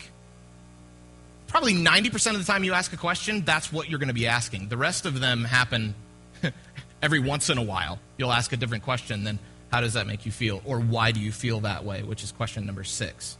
Let me just say that some people cannot articulate their feelings. They can't put a name to it, and they're hesitant to do so. They don't have to. If they just tell you, I just feel bad, that's good enough. Go to the next question. Yeah. So what you're looking for is you're looking for a big emotion. You're looking for strong emotion, which on the back of your thing, that first red box says strong emotion. That's what you're looking for. You're looking for a strong emotion. Now, not everybody exhibits the same body language, how they're doing emotionally. And not everyone feels as strongly. Not everyone is as emotional as others. Yeah. Right. Which typically the people that you're talking to are usually emotional people. Because that's why they have problems, because they're feeling things deeply. But yeah, so not everybody exhibits. You can't tell how emotional they are. You're looking at it, it's like, it seems like they're just totally fine right now, but really what's going on inside of them, there is a storm in there. They're just not showing it. So if that happens and you're not sure where they're at, ask them, scale of 1 to 10, how much are you feeling this present emotion as you're talking about it? If they say 2, okay, keep asking, how does that make you feel? Why do you feel that way? Keep asking those questions to get deeper down. But again, in my experience, 90% of the time, and I'm not exaggerating, 90% of the time, that bottom victim identity lie is worthless or alone. A variation of feeling worthless or alone. Those two things. I don't know why that is necessarily, but it is that simple. That's what I'm looking for, as I'm looking for them to say something that feels worthless or alone. Yeah. I have a question about the difference between 1 and 2, because in both of those you're asking using the word feel. Mm-hmm. So number 1 is the lie or the emotion, and number 2, how does that make you feel? What are you looking for with the word feel? Yeah, we're looking for, we need to define the emotion that they're expressing. So expanding on that emotion. On the first one, yeah. Because when you say, what negative emotion are you feeling, usually, I don't know if I've ever had a time where people just didn't start telling a story of some kind of, this is what happened this week, blah, blah, blah, blah, and they just let it all out. And then you have to ask, how does that make you feel? Yeah. I don't know that it has to be specifically these questions, right? As far as you can say, hey, what's going on? What Yeah. are you here? Yeah. What are you, and then what are you feeling, and how does that make you feel? And Yeah. That's true of the initial question. You can state that differently. But as you get in the process, we would highly recommend asking these questions pretty much the way we've got them here. As I mentioned earlier, we have experimented and tested these questions. And if you say them differently, you might confuse. We know these work. That's what I'd say to that. Yeah, there's been a lot of thought put into exactly how some of these questions are worded. do you think that when you start this out that you have to say what negative feeling you're?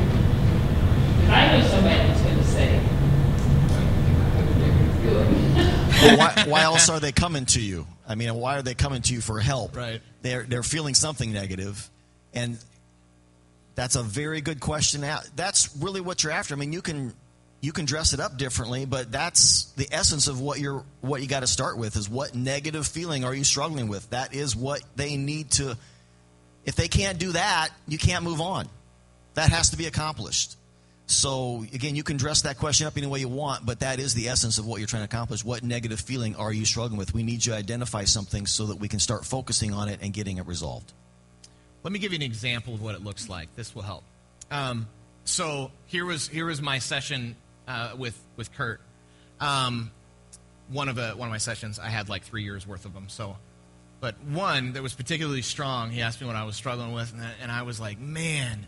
It was during the meet and greet time, and at church, and where they say, okay, well, the third song's over. Why don't you go ahead and have a seat, and as you do, greet somebody around you.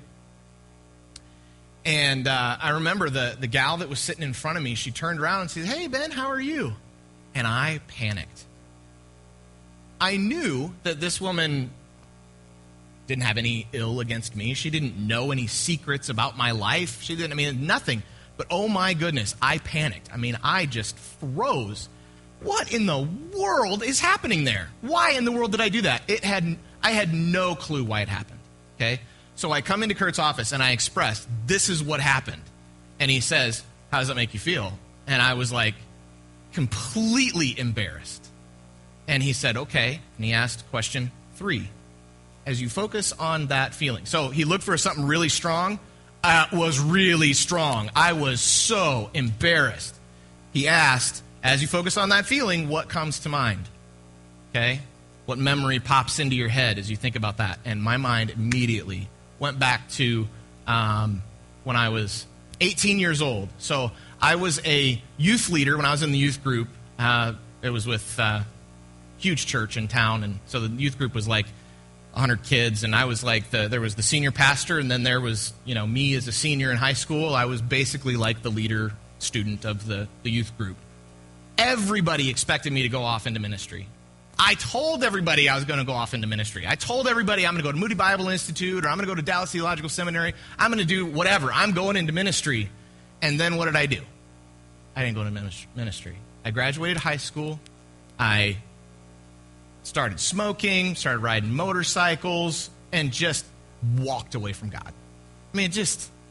So 9 months later, a year later, it was a year later, I go to my best friend's house for his little sister's graduation party. I hadn't been to church in a year. I had not dawned the doors of that church. So I go to this party, and guess who's there? All these people from the church. All these people thought the whole time that I was off at Moody Bible Institute or Dallas Theological Seminary. So I walk into this graduation party, and all of a sudden, person after person is coming up to me and saying, how's seminary, how's Bible college, how's, whatever. And I'm like, and one after another, I had to tell them I haven't gone. Well, where you been? I've been doing my own, just wrecked with emotion, wrecked with embarrassment, okay? So then Kurt asks, is this the first time you felt that way? Or have you felt that way? No. He said, what did that, he asked more of an identity lie question of, what did that say about you? And it said to me, I'm worthless. Boom, we've got the bottom, okay? Then he said, where else have you felt that? Is that the first place you felt worthless, or have you felt worthless before? And my mind went back to when my parents were getting divorced. I was 11 years old, and my parents were having an argument in the front seat, and my dad screamed something really bad at my mom, and I was sitting right behind, and I said, I got to go to the bathroom, I got to go to the bathroom, I got to go to the bathroom, pull over now. And I was just in total panic over what was going on with my parents in the front seat. We pull off the road, go to a really terrible, ugly, nasty gas station. I run in, I grab the key, I go into the bathroom, the big wood key thing, and I open the door, and I collapsed on the floor. I was 11 years old, and this is the first time that this actually came back into my memory, is in this session. I forgot it. I'd been suppressing that memory, and I remember collapsing on the floor of this bathroom. I remember the tile. It was those little tiny blue tiles, and there was urine on the floor, and there I was at 11 years old wanting to kill myself. Because I thought, because what they were arguing about in the van, me. They were arguing over my behavior. I thought, it's my fault my parents got divorced. It's my fault that, and I was suicidal. I was 11 years old. then he says, okay, can we bring Jesus to this place? And waterworks. Like Jesus came into the bathroom. Jesus came into the bathroom. So that's how the session is intended to look. We didn't use rooms with that, that was before this process.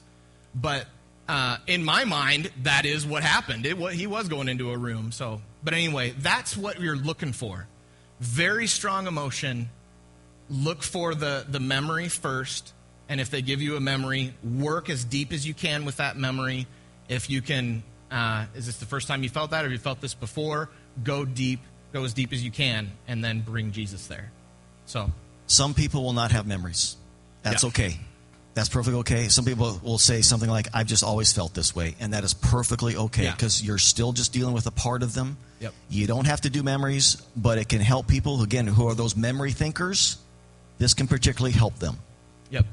And also, as you progress, as people progress through the process, and they do lots of sessions, memories are going to get dealt with, and the stuff's going to get resolved, and then you're just going to be kind of dealing with residual stuff that, no memories coming to mind. Okay, if no memories coming to mind, don't worry about it. Let's just put that in a room and deal with it there. What if that's the first time they felt that way? If that's the first time they felt that way, then you're just dealing with residual stuff, and you don't. Typically, that's not going to be the case unless they've done a lot of PC and dealt with a lot of their junk. Then it'd be like, well, this is new, and they just need to process the truth there. It'll be residual, but... How much does personality traits, like sanguine, melancholy, I know there's different names for it, how much do the personality traits play into the progress, so to speak? Like, does a different personality have bearing on how much time it might take to get through it, for example? I would say that the thing that takes the most is the complexity of the mind, not necessarily the personality.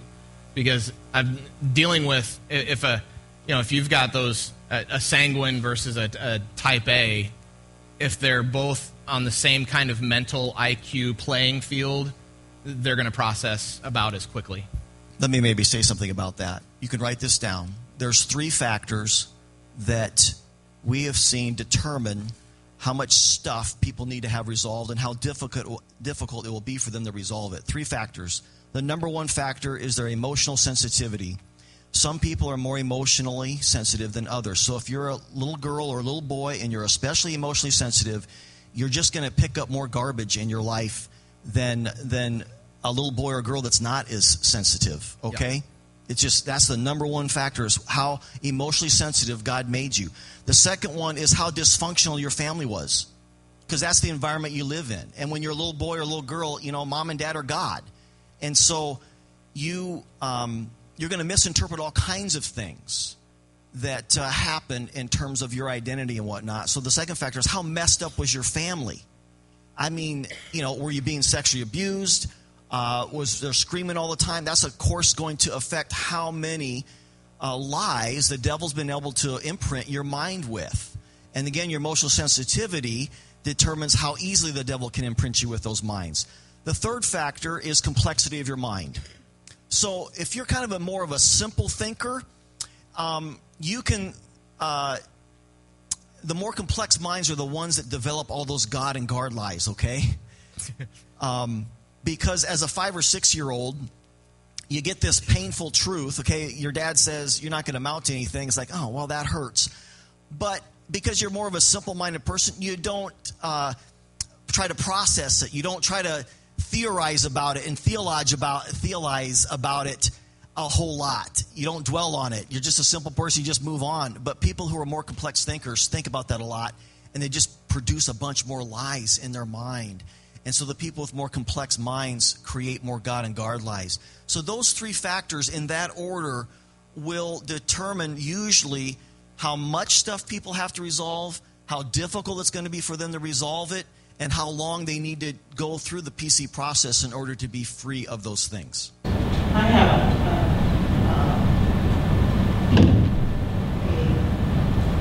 thing in my family where I have a sister a year older, a sister a year younger, and we're all three different. But I was the emotional, sensitive one. So I was more affected by family dysfunction. And so when I Right, talk yep. to my sisters, we can have all three have the same memory, Yep, but how we reacted to that absolutely, has made a difference. absolutely. Yeah. Along with that, don't be surprised. This is just unique.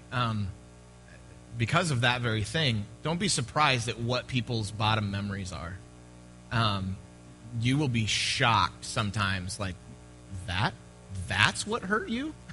I remember Jane's testimony that she shared. You can go on the New Life YouTube page, and she talks about her testimony. And that woman had been thrown up against the wall. Her back had been broken. She had been abused by her dad, her uncle, a priest.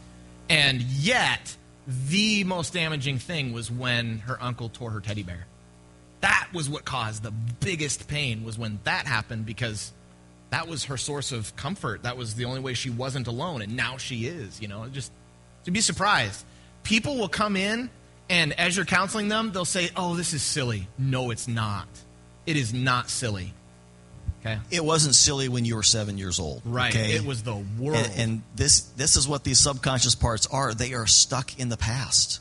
They are stuck at when you were 7 years old. They're still believing what you believed when you were 7 years old. They're stuck back there. And I know that secular psychologists have made this weird thing about your inner child and all that. But I'm here to tell you there is a lot of truth to that. We have little kids living inside of us that need to grow up, that need the adult, a part of us, to go back and help them to see the truth now in a way that they didn't experience it before. It's just true. It's just true. Maybe secular psychologists have abused that, but it's true. We have parts of us that are stuck in the past and still living that way and still trying to control us today. So that first step, I'm just going to say one more thing, and then, because this first revealing the lie, red section at the top, it can be very difficult just to find the victim. And so I'm just going to say one other thing about this step, and then we'll move on to exposing the heart, because really this first step just requires experience. Oh my goodness. Just like Kurt was saying, I can describe riding the bike, but you got to get on it. You got to ride it. I mean, that's the only way you're going to go, okay, that's when I ask this. That's when I ask this. Okay, this is how I adjust. But I want to give you one more tip on revealing the lie, and that's questions 5 and 6. Questions 5 and 6, these are the alternate ones. You just go back and forth between these to get deeper and deeper and deeper. So if I ask you, how does that make you feel? And you say, well, it makes me feel angry. If they give you an emotion, okay, so I ask, how does it make you feel? Okay, that's the question. And they say, it makes me angry. Okay?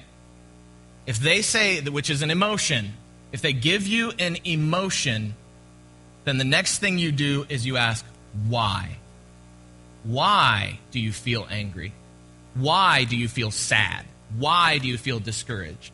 Okay? If they give you an emotion, you ask, why? Okay, if they give you a situation or a circumstance, okay, then you ask, how does that make you feel? Okay, so situation or circumstance, you ask, how does that make you feel?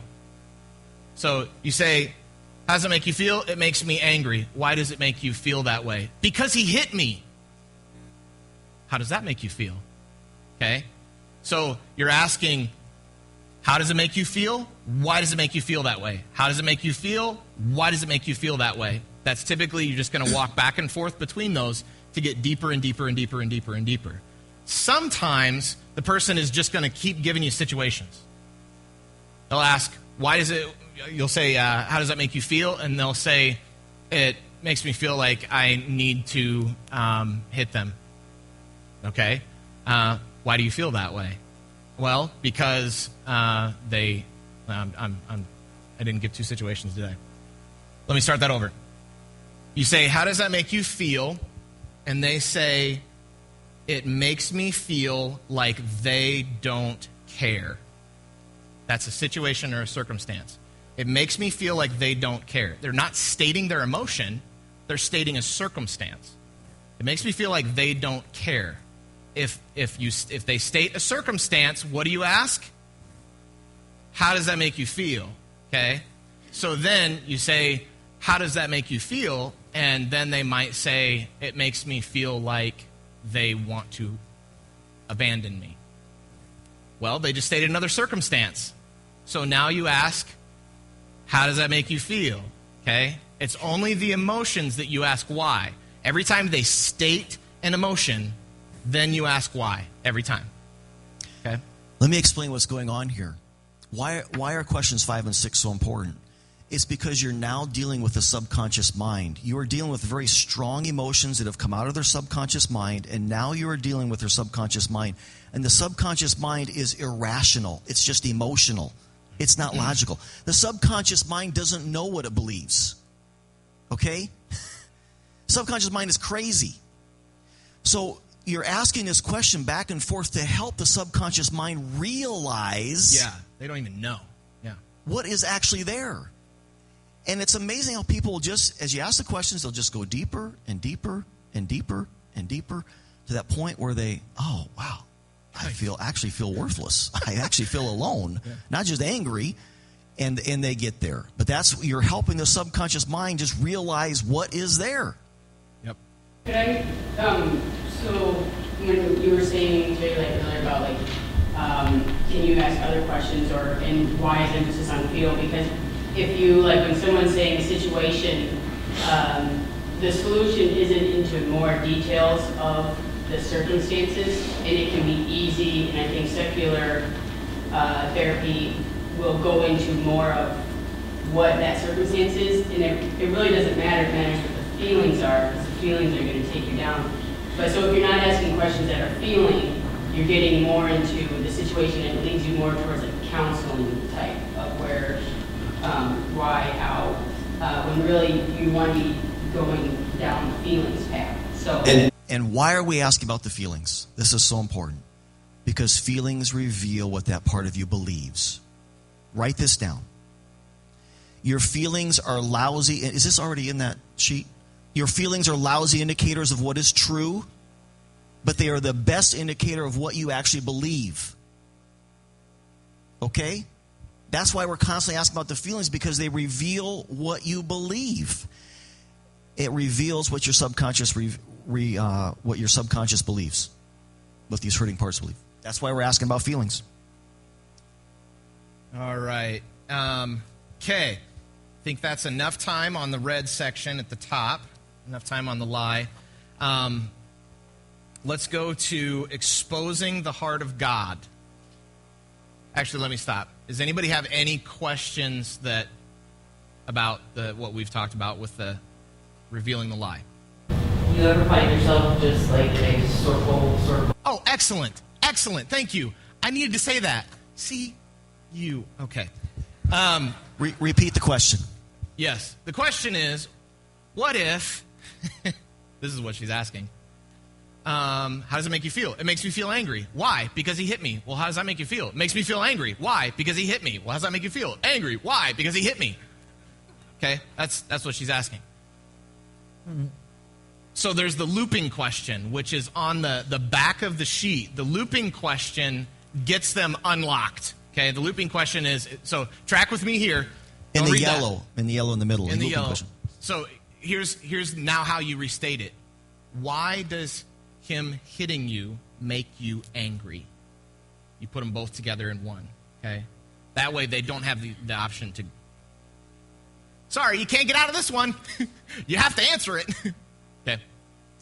Any other questions about first step? So you're putting the emotion and the situation together. Yes. Yes. And that'll help them process deeper. Yep. Instead of getting it in the loop.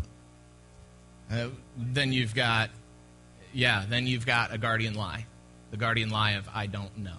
There's something blocking their processing. They really do know. They do. They just don't. There's a part of them that just doesn't want to say it. The guardian is trying to keep the victim down. Nope, we're not going to let the victim out. Then Ben's going to fall apart if the victim shows up. So I don't know.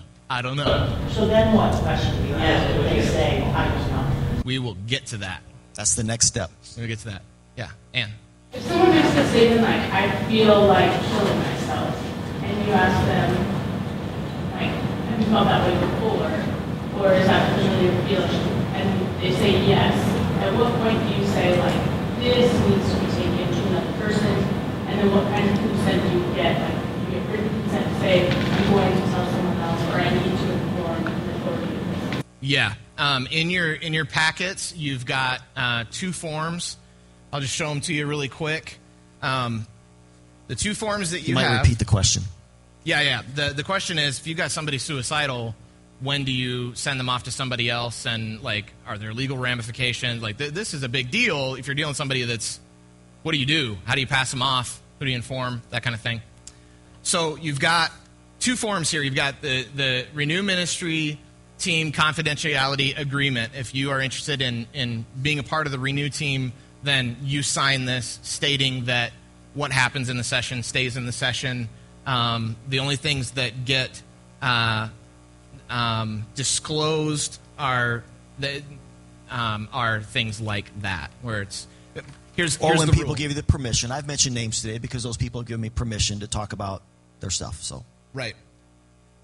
One rule is if somebody is suicidal, then pastor's got to know. That's just a rule. Anytime that there's somebody suicidal in the church, all the pastors know about it immediately, right away. They know, so that we can take necessary action, figure out what's going on.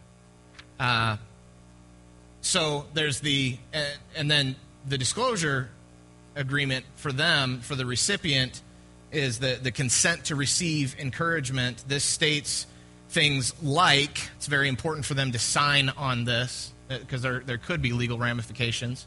This is why we want you to fill these out with each new recipient, so that you have them sign this off. And some of the points on here, it's pretty clear.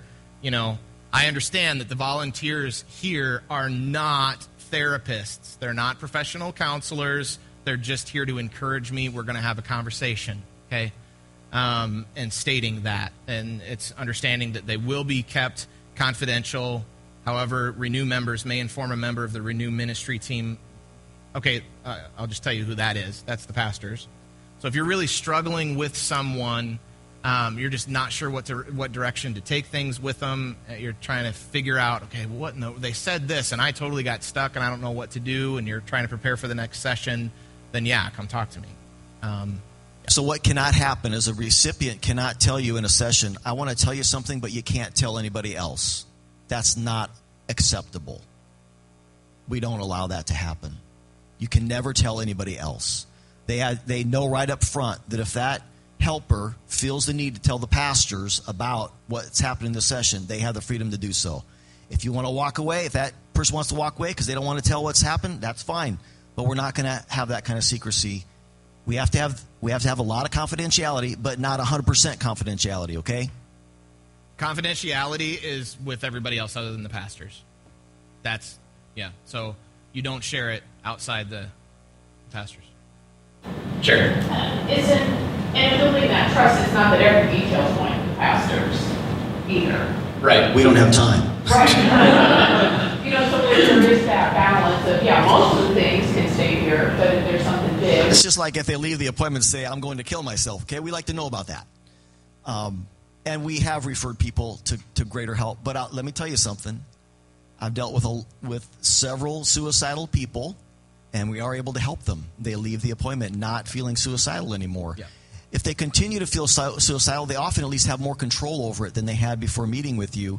And we continue to closely monitor that. And we are not opposed to getting more help, and we have gotten more help at times when it was necessary. Yeah. So would it be safe to say that everything stays confidential, even from pastors for the most part, unless they're going to hurt themselves or others? That's kind of the general consensus for.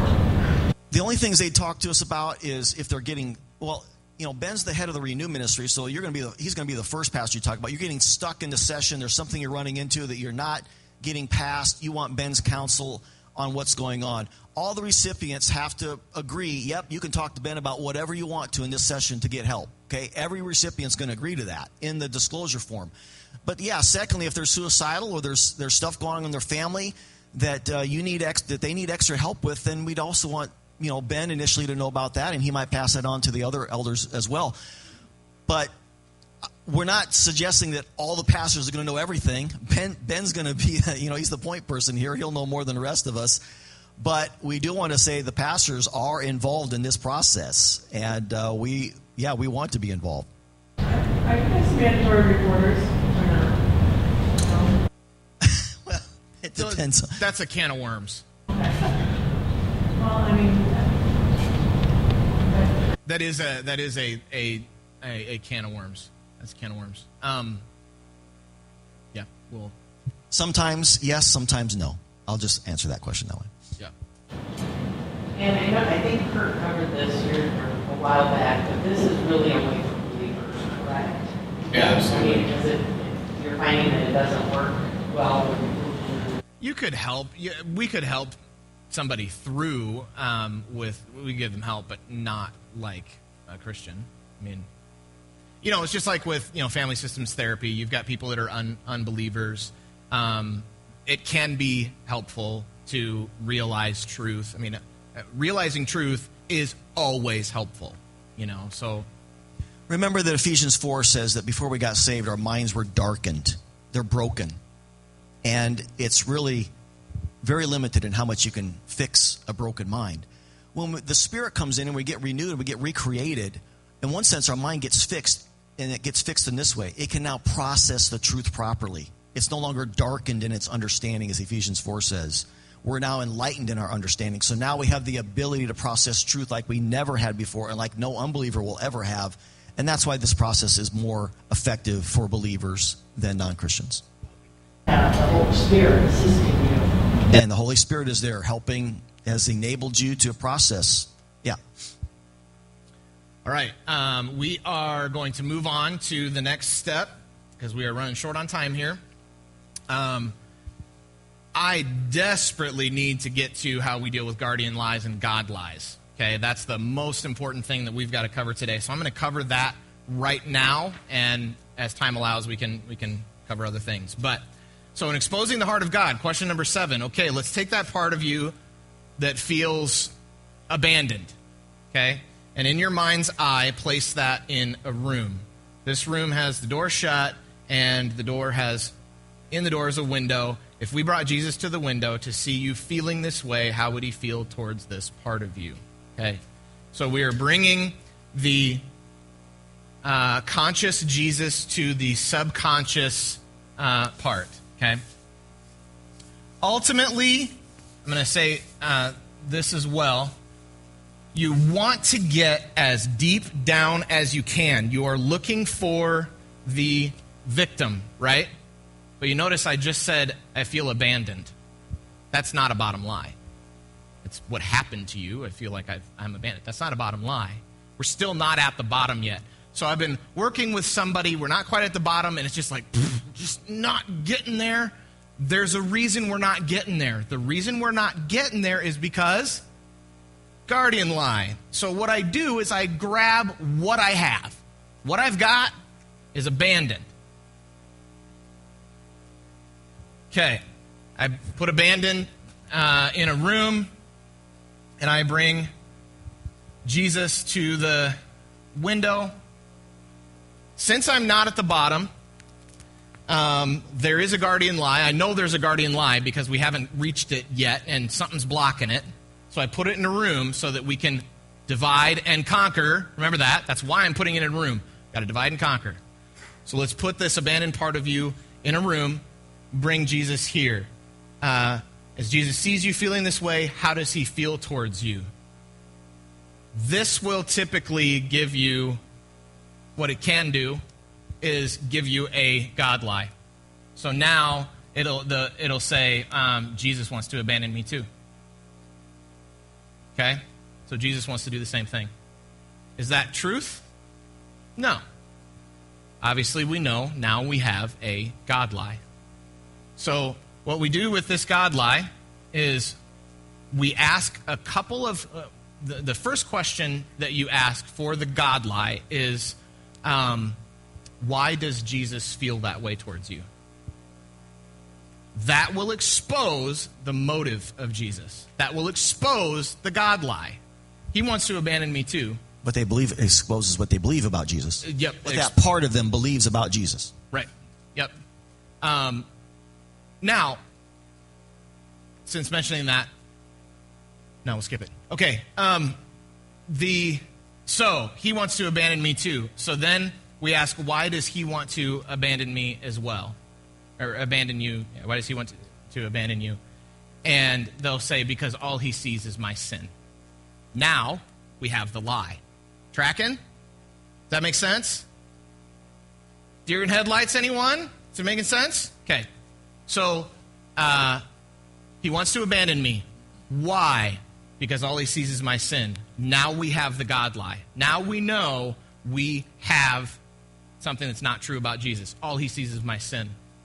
So you take this Jesus, and you state it this way. All right, let's take this Jesus that you've got in this place. This is not it. And let's put him over in his own room. Jesus goes in a room, and when we put Jesus in a room, do you see what we're doing? We're putting him, this is going in the subconscious. We're already in the subconscious, but this is going into a room where he is safe from the abandoned part of you. These two are not touching anymore. We've divided them so that we can conquer them one at a time. So, put Jesus in a room, and we say, this Jesus who all he sees is your sin. If we were to go to Scripture and get the Jesus of Scripture and bring the Jesus of Scripture to look in through the window at the false version of himself, how would the Jesus of Scripture feel? So now we're outside the subconscious, hopefully. We're outside the subconscious, and we're bringing, hopefully, the Jesus of Scripture, the real Jesus, to the subconscious Jesus, and we're resolving it. Okay? So then the person will say, oh my gosh, yeah, he hates that Jesus. Okay, well, let's open the door and let them interact. What would happen? He'd get rid of him. Okay, good. Now we can bring this Jesus, the real Jesus, back here to the abandoned part of you, to the part of you that's hurting. Okay? The victim. You bring him back to the victim. And now you've got the right Jesus with the abandoned part of you. So now you can ask, if we bring the Jesus of Scripture back to where you are feeling abandoned, how does this Jesus feel about you? Then, he has compassion on me. Okay. Then we can let Jesus into the room to deal with the abandoned part. So, glad this is going on video so that y'all can watch that again. While he's erasing that, let me just say that one of the purposes of the session is you got to keep people connected to Jesus. Because if they can't connect with Jesus, they cannot progress through the session. That's why you're asking about the God lies first and trying to keep them connected to Jesus, because that's the only way they can progress. Leah. There have been a couple times where there's been like a God lie, either in my head or someone else has said that I've been counseling, where it's like, Jesus wants to abandon me because everyone else has. So would you treat that as a God lie, or would you dig into the everyone else abandoning part? I would treat the God lie first. Because of what Kurt just said. You always want to have the correct Jesus. If you don't have the correct Jesus, there's nothing you can do. So, yes, Laura. How would you handle it if somebody didn't have an accurate mental concept, like they couldn't imagine that Jesus wasn't angry at them or something? Most of the time, you're going to have, if I'm dealing with you, Laura, or virtually anybody in this room, you've got the right concept of Jesus in your head. You understand grace. You understand the gospel. You understand his unconditional love for you. You understand enough. You understand enough. So if that's the case, we got to keep digging. We got to keep digging. Discover what other guardian lies are causing this. Or maybe share the gospel with you because you don't know Jesus. Yeah. I'm serious. Yeah. Yep. That has If happened. you're that clueless about Jesus, you're probably not saved. What if it's a brain that they are saved? Anyone going, yeah.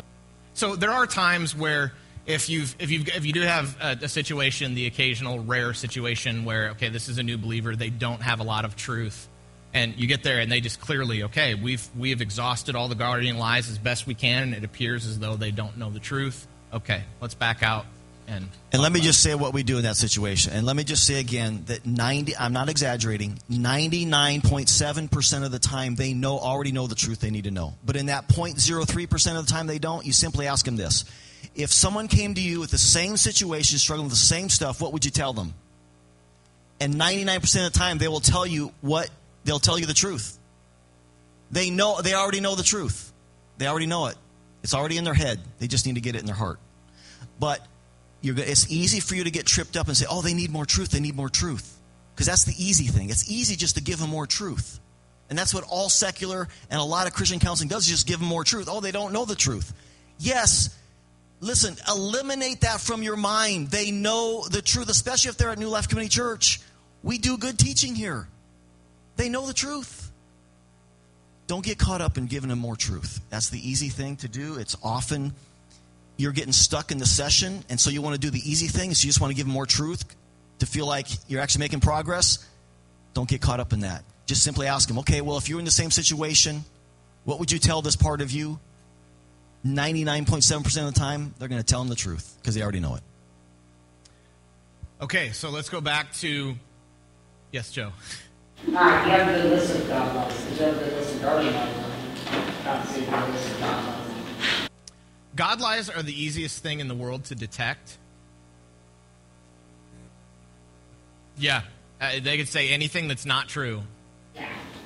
I found sometimes, like, there's emotions that Jesus, like, they say Jesus is going to be sad or angry, and that's how Jesus should be.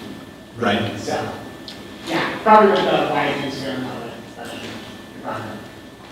on. Another subset question.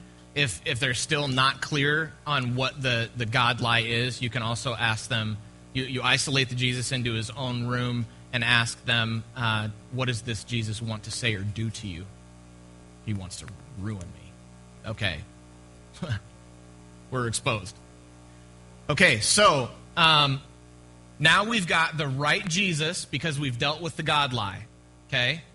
So we've got the right Jesus, and now we are taking the conscious Jesus and we are bringing it to the subconscious abandon. And abandon is that the bottom lie. Nope, we're not down deep enough yet. So, guess what I'm anticipating? A guardian's going to show up here. Something's going to show up. So, we say, okay, how does Jesus feel about you? He feels compassion. Good. We've got the right Jesus. If we let this Jesus into the room with you, and so now he's in here, how does this abandoned part of you feel towards Jesus? I want to run away. There's your guardian. I want to flee. I want to get out of here. Okay? So what you do is you take this, one, we've established we have the right Jesus. We know, now that we have the right Jesus, this is not a God lie, this is a guardian lie, okay? Because we have the right Jesus already. So, I want to flee. Okay, let's take this part of you that wants to flee, and let's put that in its own room. If we bring the Jesus of Scripture to this part of you that wants to flee, how does Jesus feel about this part of you that wants to flee? Because, now, again, this is divide and conquer. Again, separate things out, separate things out. Fleeing is not the same thing as abandoned. Tracking? So you separate it out. How does Jesus feel about this part of you that wants to flee? He has total compassion, and I don't need to flee. Okay, let's bring this Jesus back to this part of you. Put him in the room again, because we know we have the right Jesus. How does he feel? How do you feel towards this Jesus? Well, I can't feel anything. Well, why can't you feel anything? I don't know. I just can't feel anything. Okay, so let's take this part of you that can't feel anything and deal with that. Do the same thing again. until you've exhausted the guardian lies, and now you can handle this abandoned. What Ben is describing is by far the most difficult part of this process. This is by far the hardest part, is separating these parts out and dealing with them. And I think he's come up with a way to do this in the most simple way it can be done, the most effective way it can be done, and it becomes natural to doing this. But this is the most difficult part. When they've got these guarding parts around the victim, this is the most difficult part.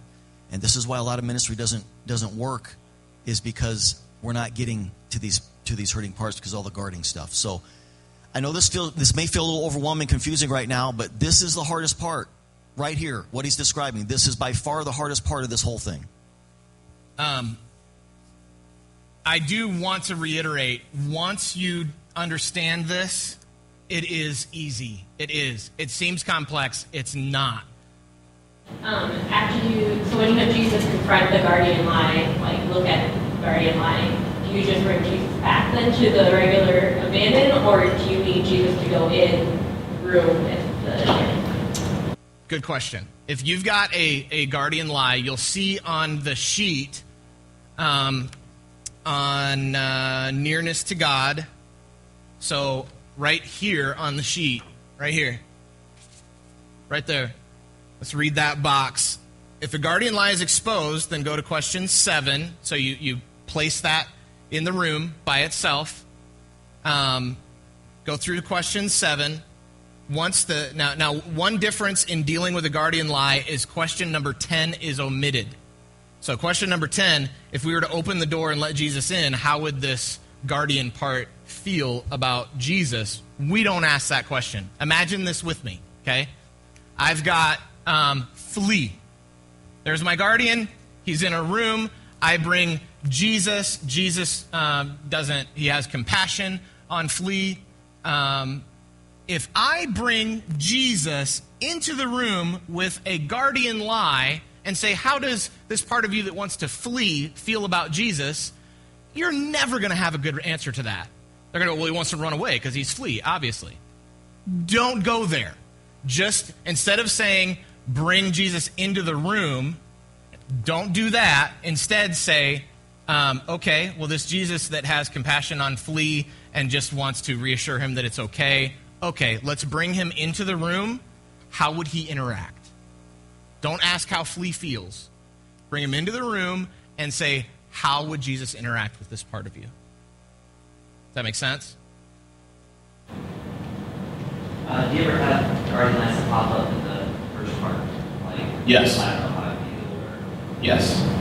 how do you get out of those? Then if you arrive at a guardian lie right away, this happens common, guys. This is regular, where all of a sudden, bam, somebody comes in and just like, I don't even want to be here. I hate this. Whatever. Okay, well, part of you feels that way. Let's put that part of you in a room. You're going right to question number 7. Yep. Cherry. Confuse abandon when it's not a bottom line, not an identity lie, but we asked how the abandoned part felt about having Jesus in the room. Right, to expose. Why not ask about the flee part then, if that's just another guardian? The abandoned part was not a guardian lie. It was nor a bottom lie. It was a negative emotion they were experiencing, but it wasn't a lie. They weren't dealing with. Okay, we've got abandoned. Thank you for this, because this is actually going to help me. Maybe rejected to be abandoned feels a little bit more like maybe the bottom line, but rejected to be another example of something that's not quite the bottom. It's painful, but it's not quite the bottom yet. Feeling rejected. Abandoned is a very big negative emotion, and it's pretty close to the bottom. So what once we have the right Jesus, and I ask, how does this abandoned part of you feel about Jesus? Now this abandoned part says he wants to flee. We deal with flee, so we've gotten rid of that guardian, because we knew a guardian was there because we couldn't get deeper. Because originally we were asking abandoned, well, since you're abandoned, how does that make you feel? Abandoned. You're just not getting deeper, Now that we've dealt with the guardian lie, now we can ask the same questions again. We can say, okay, this abandoned part of you, now that we have Jesus in the room and you're comfortable with him, how does it make you feel that you're abandoned? The reason you're not asking the guarding part how it feels about Jesus, because guarding parts will always not like Jesus, okay? It's a meaningless question. What you want to let the guarding part do is have Jesus interact with the guarding part so that Jesus and the truth can resolve the guarding part. That's why that's a little bit different. Yeah. Why do we say abandoned is not a bottom line? Because it's not stating what they are. It's what happened to them, but it's not what they are. What they are is worthless. What they are is alone. What they are is powerless. It's identity. That may be a little confusing because abandoned could be the bottom. It could be. I think it could like be. If that is their identity. If that's their What they're identity, looking for it is their could identity. be. I'm just saying again that the vast majority of the time it's worthless or alone. I know abandoned sounds kind of close to that. That's why It's I very would use close. rejected, because rejected, usually there's another layer below rejection. I feel that makes me feel worthless or alone because I've been rejected. So, by the way, don't get too caught up in this. Let's say you get to abandon and it's not the bottom. It's not the identity lie. And you bring Jesus in, and then you're going to ask, okay, well, how does this place feel? It feels unresolved. I still feel X. There's still something there. Okay, well, you didn't get to the bottom. That's okay. You can go back, and you can find out whatever residual is there. You didn't go all the way to the bottom. As you get more skillful at this, you learn how to not have to keep doing that. You learn how to get to the bottom lie or the identity lie the first time without bringing Jesus in and then figuring out, I guess we didn't get the whole thing resolved. That's perfectly fine if you have to go back because you didn't get all the way to the bottom. That's perfectly fine. And you can just go back and deal with whatever is left there. Definitely need to explain what happens with other guardians and how to deal with that. I'm so glad this is videotaped. This should probably have 1,000 hits by the end of next week. Okay, so let's say that I want to flee shows up as a guardian lie. Okay? Flee shows up as a guardian lie. You bring Jesus there, and all of a sudden, angry shows up. This is a separate guardian lie. So you have guardian lie A, and then all of a sudden you're trying to deal with flee, and then guardian lie B shows up, angry. So you separate it, put it in its own room, divide and conquer, leave this one here because it's got this lie, this guardian lie is attached to this guardian lie, and this guardian lie can't be resolved until this guardian lie is resolved. So you keep dividing and conquering. So you put this in its own room, you bring Jesus here, and then you're trying to deal with this, and all of a sudden, nope, another guardian lie shows up. It's fine. Now you have guardian lie C. This one is attached to this one, and this one cannot be resolved until this one is resolved. So you bring Jesus here. How does Jesus feel about that part of you? He knows it's not fine. This is not fine. Okay. Let's bring Jesus in here. We've gone through 3 guardian lies. We're feeling exhausted. We're feeling overwhelmed. Oh, my goodness. This person's so complex. You finally get here. It actually isn't okay. Jesus knows. Okay. We bring Jesus in here. This gets resolved. 9 times out of 10, what happens is once this is resolved, these disappear. They're just gone. Those are dealt with because you've gotten to the bottom of it. Let me put this in some context for you, okay? I'm going to repeat this. Ben is explaining how to help the most complex people you're going to encounter. Yep. About 20% of the people let's say you did 100 people. You met with 100 people. 20 of them you would need to know how to do this. 25, maybe 25, okay? Most of the time it's just one guardian lie. Most of the time. Please say that, okay? Because I can see the deer in the headlights out here, okay? Most of the time, this is much simpler for people. 60, 75% of the time, it's a much simpler process. That spine that we call it on the left side of the sheet, the green arrow that goes straight down.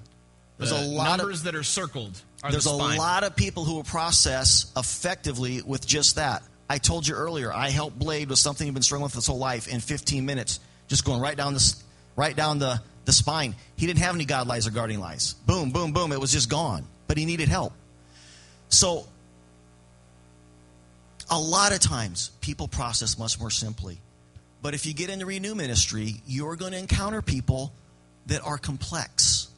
And we're just saying we figured out how to help them. We know how to help them. There's a process. If you ask these questions, they will process through it. And but I want to put it in context. We're talking 20% of the people are what we call these category 5s that are they're just hard. But I'll also say this. I don't know if anybody else can help them. This is what you got to do. They've tried everything oftentimes to get help. And nothing can get to these places. And we need people who will have the wisdom and the patience to do what Ben's drawing on this board and work with them for an hour to get to places in their heart and mind that nobody else has ever gotten to. It takes patience. It takes wisdom. But we have a process that will do it. But I don't want to give the impression that everybody's like that. Most people aren't. Right. Okay? Most people aren't like that. But we got to get it on video, for crying out loud, because you're going to have to deal with some of them. Somebody in this room's going to. Okay. So I said that if we finally get down to the bottom, finally Jesus is able to address a guardian lie. Goodness gracious, I thought this person maybe wasn't saved. So he finally is there. That gets resolved, and then what you'll do is what you need to do is work backwards up through. So then once this one is resolved, you'll come back up here to, okay, let's go back to the angry part. Because you're drawing these boxes on your sheet. Okay? Keep track of these rooms. It's not hard as long as you're drawing boxes around stuff. Okay, angry is not the same thing as flee. Flee goes in its own box. Flee is not the same thing as it's fine. That goes in its own. It's not as complicated as it maybe is sounding. So you go back to the angry box because you've recorded it, because you're doing a good job. You go back to the angry box, and they'll go, the anger's gone. Okay, let's go back up here to flee. Yeah, he doesn't want to flee anymore. You can go right back to the bottom line now and address the bottom line. Okay. If the anger is still there, okay, take a deep breath. And how does Jesus feel about the anger? And maybe that'll resolve right then and there, just by recognizing what Jesus would, how he would feel towards that angry part. Or it could expose another guardian lie, in which case, okay, go back down here, then come back up. But seems complicated. Do it a few times. It's not. Watch the video over and over again. See this explained. It's like riding a bike. You'll just know immediately. Okay? That's not the same thing. That's not the same thing. Move right on through. So let me just say again, the challenge today is that we are trying to draw on an erase board what it's like to ride a bike. We're trying to draw on an erase board what it's like to fight someone with a sword. And the reason we're doing that is not that you walk away from here today and say, I can go counsel somebody. That's not the reason. The reason is to help you come away today saying, I can learn how to do that. I can learn how to do that.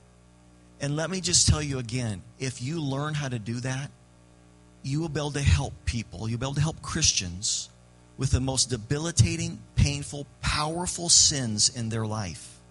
You will. So it may look a little complex. It may look a little challenging. But when you remember what we're actually accomplishing, setting people permanently free from anger, from worry, from depression, it's worth it. It's worth it to learn how to do this. So look at And let me just mention again, this isn't the end of the training. We want to give the opportunity to sit in appointments and be coached through this, okay? We want to give the opportunity to get on the bike and put a sword in your hand and do this. Don't be afraid. Listen, this is how we learned this. We just jumped in and we just learned it. This is how we learned it. There's no other way to learn how to ride a bike except to get on the bike and ride it, okay? So we'll help you. We will help you. Okay, so follow this. Are you ready? I'm going to show you how simple it can be, because it can be very simple. Look at your sheet, and we're just going to go right down the circled numbers. Literally, this is how fast it can go. No joke. What negative feeling are you struggling with? Tell me about that. My wife barked at me at breakfast and made me really mad at her. Okay? How does that make you feel? Well, it makes me feel mad at her. Well, why are you mad? So, doing questions 5 and 6. Why are you mad? Well, because she shouldn't treat me like that. Well, since she treated you like that, how does that make you feel? It makes me feel like leaving. What do I do? What do I do? It makes me feel like leaving. Why does it make you want to leave? Well, because it really hurt me. Why did that hurt you? Yeah, I felt really disrespected. Okay. Well, let's take that. Disrespected, that's big. Okay, that's a big emotion. Let's take that. We're going to put that in its own room. Okay, so we're on question 7 already. We're going to take that, disrespected, we're going to put that in a room. Now that you're in the room, okay, I'll read the question. Say this part of you that feels disrespected in your mind's eye, place that in a room. This room has the door shut, and in the door is a window. If we brought Jesus to see you feeling this way, how would he feel towards this part of you? He would feel compassion. Okay. Then we can bring Jesus in to... so then question 10. Example, just real quick. Maybe it would have made more sense to you if we would have gone one step. Okay, I feel disrespected. Why do I feel disrespected? Because the way she treated me. How does that make you feel? It makes me feel worthless. There you go. Yep. That's the identity. Yep, that's the bottom. That's the bottom. Then you put that in the room. I'd probably wait to try to get to worthless or alone before I put something in the room. Yep. Thank you for that. Then you put that in the room. How would Jesus feel about that? Well, he knows I'm not worthless. He has compassion for me. Okay, question 10. If we were to open the door and let Jesus in, how would that part of you feel about him being in the same room with you? It feels great. I feel really relieved just to have his presence there because I kind of felt terrible. Okay, then question 11. If the two of you could interact, what would happen? Jesus would grab me by the shoulders and he would stand me up and he'd look me square in the eye and he'd say, I respect you. You're not worthless to me. They cry. Things go great. Okay, then 12. How does that make that part of you feel? Makes me feel amazing. I'm a stud, for crying out loud. Okay? That's literally how fast it can go. That's the 15-minute session that he's talking about. It's no God lies, no guardian lies. You get to the bottom, Jesus deals with it. It's fast. Okay? All this stuff that I've gone over here, that's what the arrows are for. This sheet does make sense. If you just kind of jump in and you are kind of getting stuck, okay, the arrows, let the arrows guide you. You'll ride the bike. You'll get it. Okay. So let's go to question 13. I'll just cover these real quick.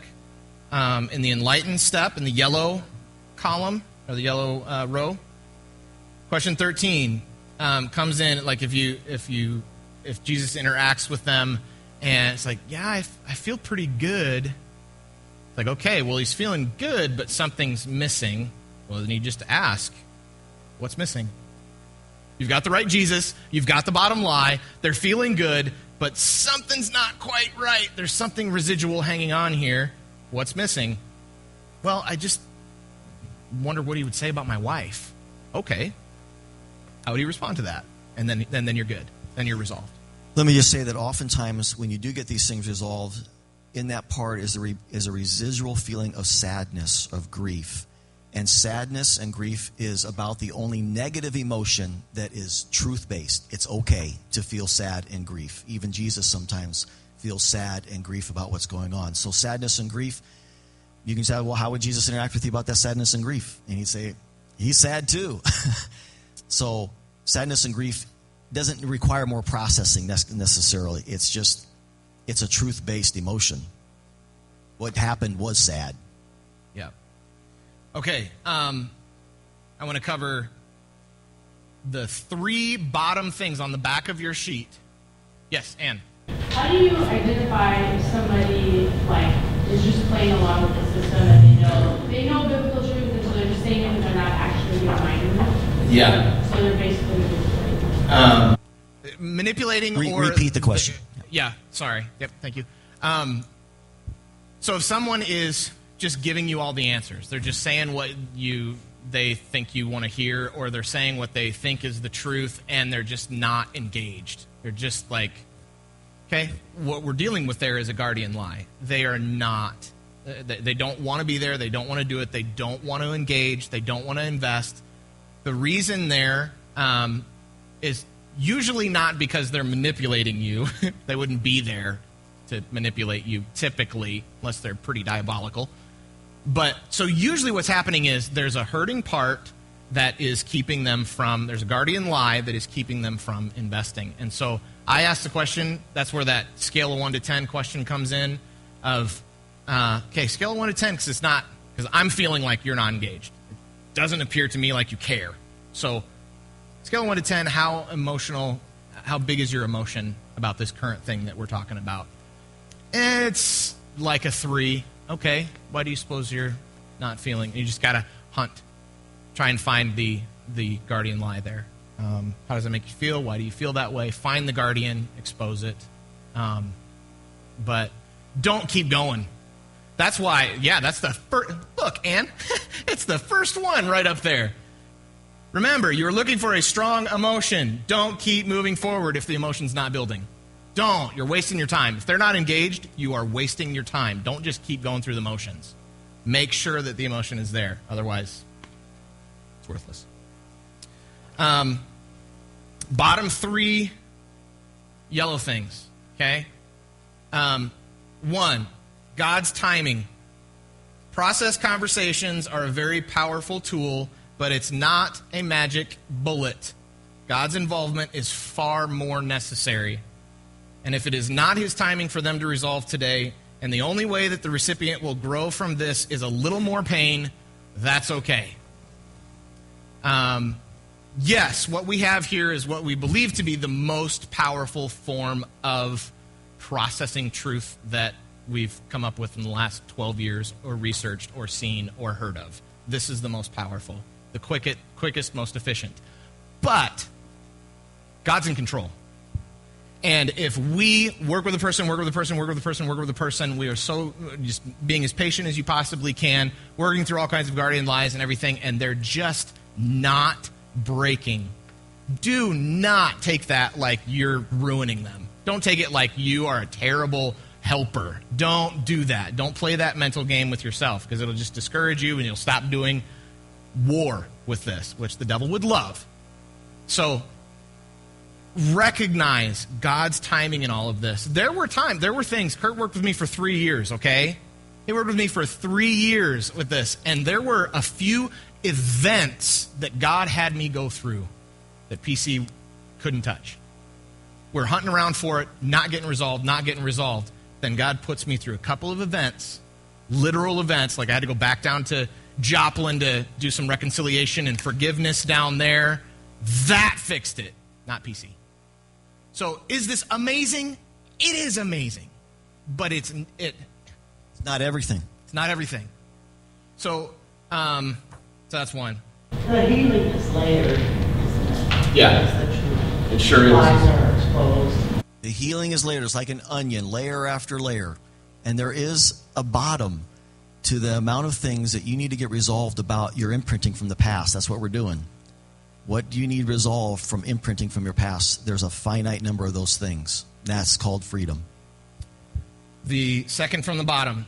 Everyone is different. No two people process the same, and no helper is going to get every question right. It is virtually impossible to know for sure where the conversation will go. So relax and just keep sleuthing. Keep hunting. Keep being a detective. That's all you're doing. It is okay if you don't find it. There are half the people in this room have been in my office and done PC with me. Okay? You know, we'll go to a place and it's like, is it here? Nope, it's not there. How about, is it over here? Nope, it's not there. How about, is it over here? Nope, it's not there. Just keep looking. You'll find it. It's there somewhere. It's okay if you don't find it. At least now you know where it's not. Next time you can go somewhere else. Okay? Don't get discouraged if you're not finding it.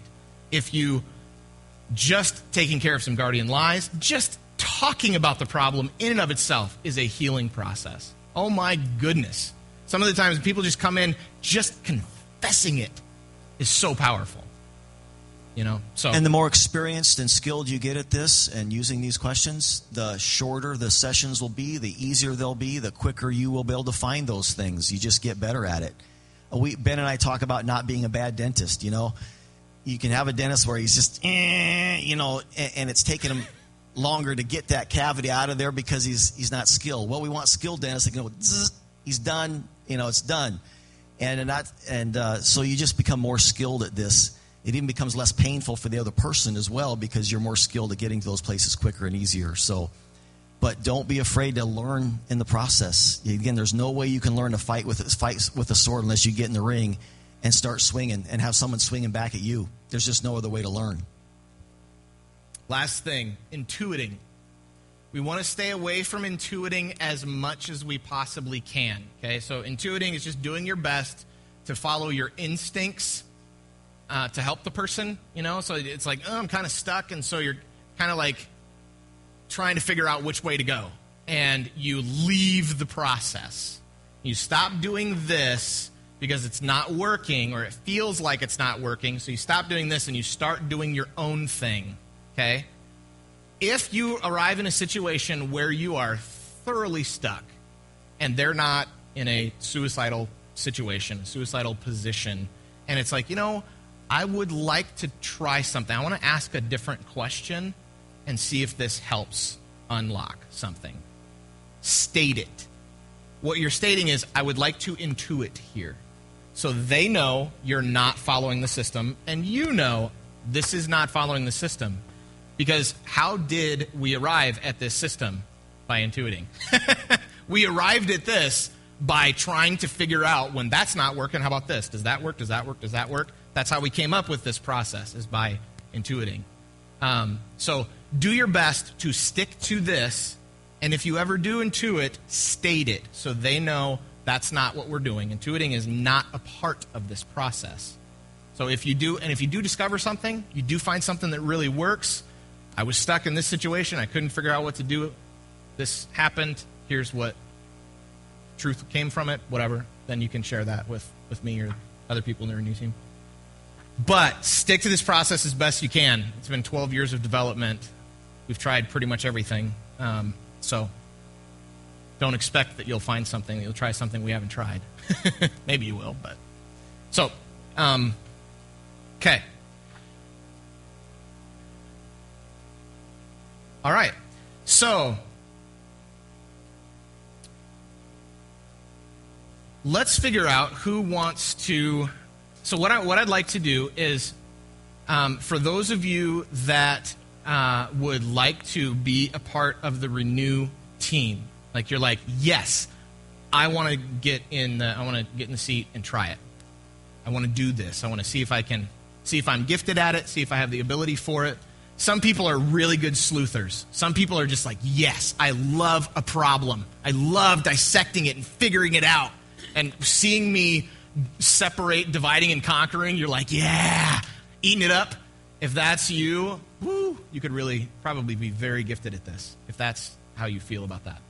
But I would like to, so send me an email today if you would like to be on the Renew team. I'm thinking about, of course I don't have my calendar with me, I'm thinking about having a initial Renew team meeting September 18th or something like that. No, October 13th.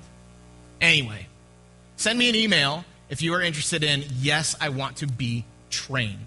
Okay? ben@newlifecr.com. Yep. Okay.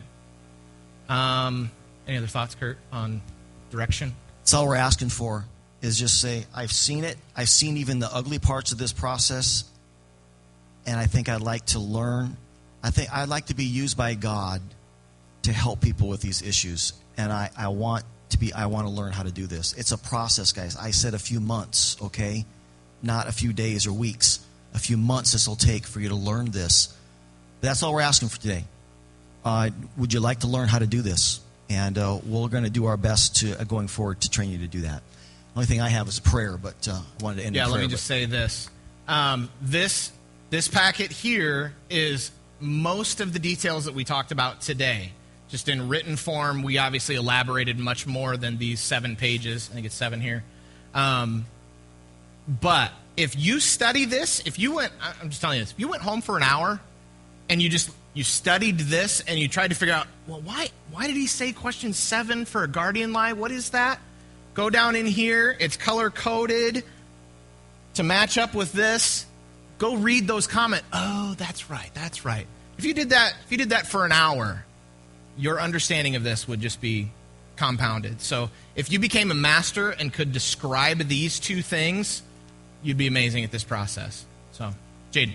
Is it possible to have any sort of like Q&A after this? Yes, I am. Yeah, we are. It is noon. It's noon 10 actually. Anybody that wants to stay and ask questions is more than welcome to. Fred.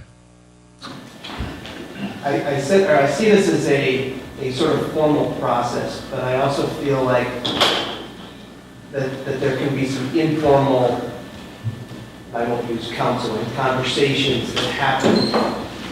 I guess I'm trying to make sure that people understand that you want this to be a formal discussion session as opposed to informal trying to figure somebody out. And I guess I just curious in your thoughts on that. Yeah, we want it to be stick to that front sheet, stick to that as much as you possibly can. When you're sticking to that, you're actually doing the process conversation. If you're not doing that, then you're not doing the process conversation. Is there going to be sleuthing? Is there going to be figuring things out? Is there going to be dissecting? Is there going to be other questions? Is there going to be, Let me address your question in a different way as well. For years, I've used this process on myself, the simpler ones. Because I'm not visual, but it's just like, okay, why am I feeling that way? And what am I believing? Trying to get behind what I'm believing. Okay, well, what would Jesus say? And being set free right in the moment in a 5-minute PC session to myself, okay? That can happen. A lot of people can do PC on themselves. That's been a habit in my life, and we want to make it a habit in all the people in New Life. We have parents that are using this with their children, their kids really upset about something and traumatized by something. And because they've been through PC, they know these questions. Well, son, what are you feeling there? Why are you feeling that way? Well, how does that make you feel? Well, why are you feeling that way? And getting down to those lies right there when they're 7, 8 years old. And, okay, well, what would Jesus say about that? Oh, we could say it's going to be okay. You've taken, right there, you've demolished a stronghold that was forming in their life. And you've destroyed it right there. So indeed, this can happen very informally. This can be a part of your Christian habits, your Christian disciplines, part of your conversations. But yes, there is this process that Ben's put on this board that's for really difficult situations and people, okay? That's a formal counseling process, if you want to call it that you need to be trained in. But these principles and process work powerfully in informal settings as well. Does that answer your question, Fred? Okay. I would say, just to add on to that, I use this, at least the first two questions, well, 5 and 6, like that, why are you feeling that way, how do you feel? I use that consistently in my bonus groups. Yep. To get to the bottom of things, and then if I feel like it, I'll just ask, are you okay with me looking deeper? And then maybe I'll launch into a BC session. But it's not, I would say, as far as like formal versus informal, like should we always have a weekly scheduled meeting with this person? I would say try and use it in as many situations as possible. It's not scheduled. That's how I approach it, at least. I do want to give anybody permission if they're wanting to get out of here and you don't want to disrupt things. Our time is up, so if you want to take off, feel free to, but if not... Let's just go ahead and close in prayer. Let's just close this in prayer, and we'll continue to videotape if people have questions, but let's just go ahead and close this part in prayer. Father God, we know that we're on holy ground today as we're talking about the deepest parts of people and the most powerful ways that the devil has influenced them. We're on holy ground today. We're so thankful that you've given us the grace to work hard and given us the wisdom to know how to consistently help people be free of these things. And I'm so grateful for the people that have been willing to love people enough, willing to hang with them, willing to work hard in this to help people be set free. I know this is your will. How desperately, how greatly does God want his people set free from the lies of the devil? Is there anything you want more?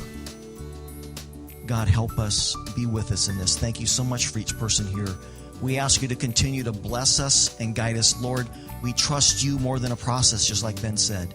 We need you. We need your help. But this is our heart. We want to set people free. Help us do it. In Jesus' name, amen.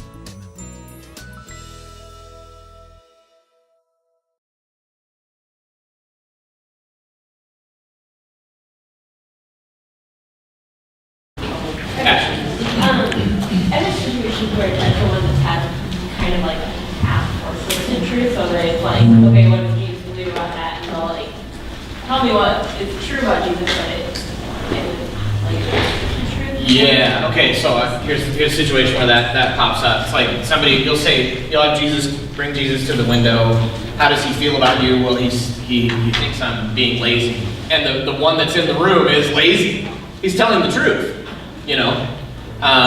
So the question that unlocks it then is, okay, sounds like that may be true, but that's not resolving your emotion. They'll agree, and then you'll say, what's missing? What's missing there? Well, he doesn't understand why I'm being lazy. There's this, oh, okay, so we have a hurt underneath here. Haven't addressed that. Oh. Yeah, David. Being a recipient, I think I'm more conceptual than pictures, and I've had some trouble working with pictures at times. I get lost, and I think the rooms sometimes throw me off and get me lost in my head and things like that. Does this work with conceptual people, or is there It does. It works. Now, is there any one process that's going to be absolutely perfect for every personality? No. But if you're willing to engage and you're willing to trust the process and willing to jump in, then I haven't seen anybody where it doesn't work. A lot of times what's happening is a guardian lie. They're overanalyzing. You're thinking too much. You're trying to do the counselor's job. You're getting lost in your own head. You're just thinking about too many things. All the counselee needs to do is just focus on that one emotion. If you can do that, that's all you need to do. Trust the counselor. Not the counselor. Trust the helper to keep track of everything and walk through it. Yeah. So.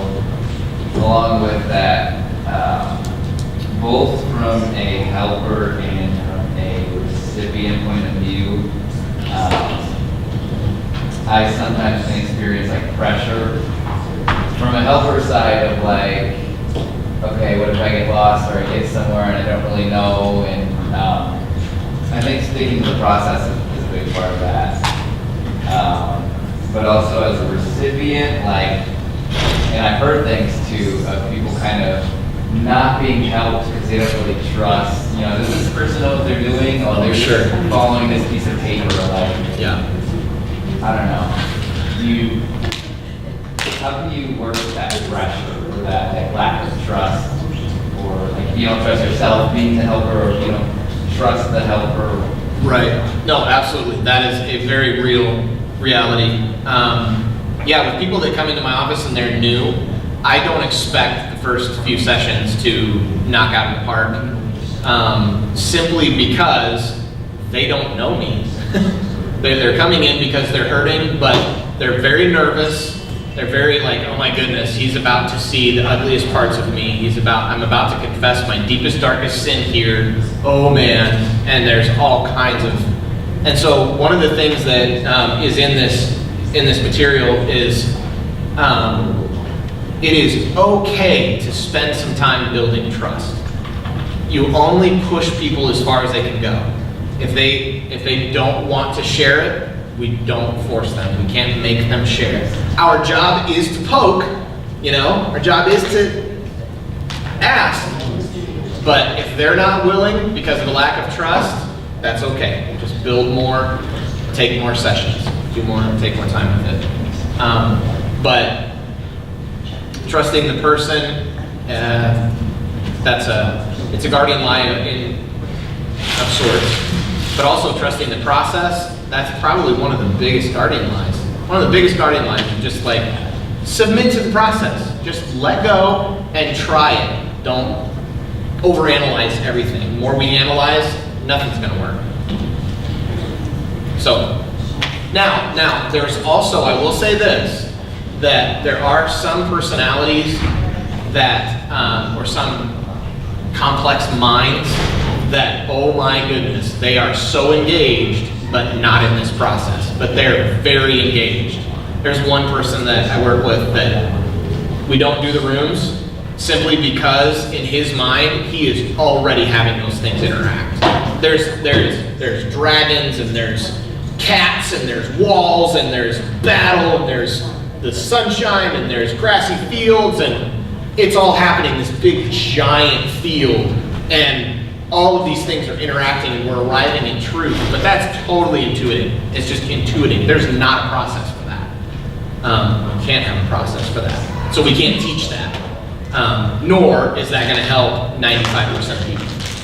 So this works with 95% of the people. If you run into somebody that is very engaged, but they don't want to separate things in rooms because they need to, okay, you'll have to intuit with that.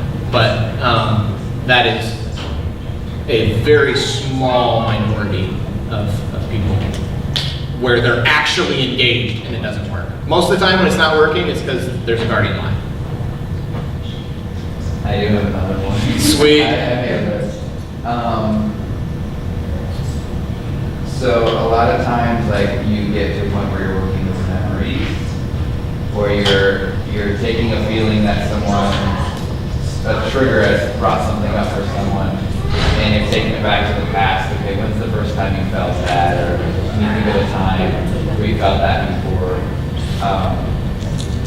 Is that always the case where you're taking it back? Or is there times where it's just a present thing? Or are you always going to the past?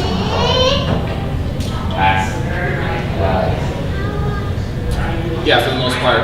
For the most part, you keep going to the past until they don't give you a past to work with. And that happens regularly. So I always, with this process, you ask it every time. You ask the question, where have you felt this before? To try and get the memory, because that's where it was planted. That's where the devil hooked them, was in that memory. And that's powerful to use that. So you keep asking that, and the only time you work with the present one is when they go, nothing's coming to mind. Okay, work with what you got. Yeah. I'm thinking there are some people who have been so traumatized in the past, they block memories. Yes. That's like a wall somewhere. Yeah. Where do you go with that wall? Whew. That's hard.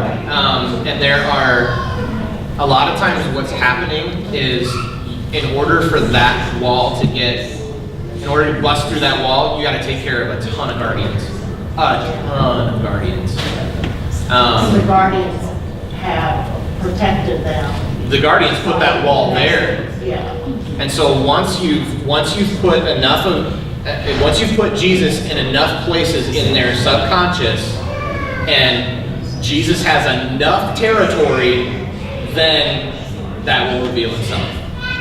That can be pretty crazy when that happens. When all of a sudden a memory just goes, totally forgot, you know. But that's rare though, I will say that. Repressed memories isn't very common, but it does happen.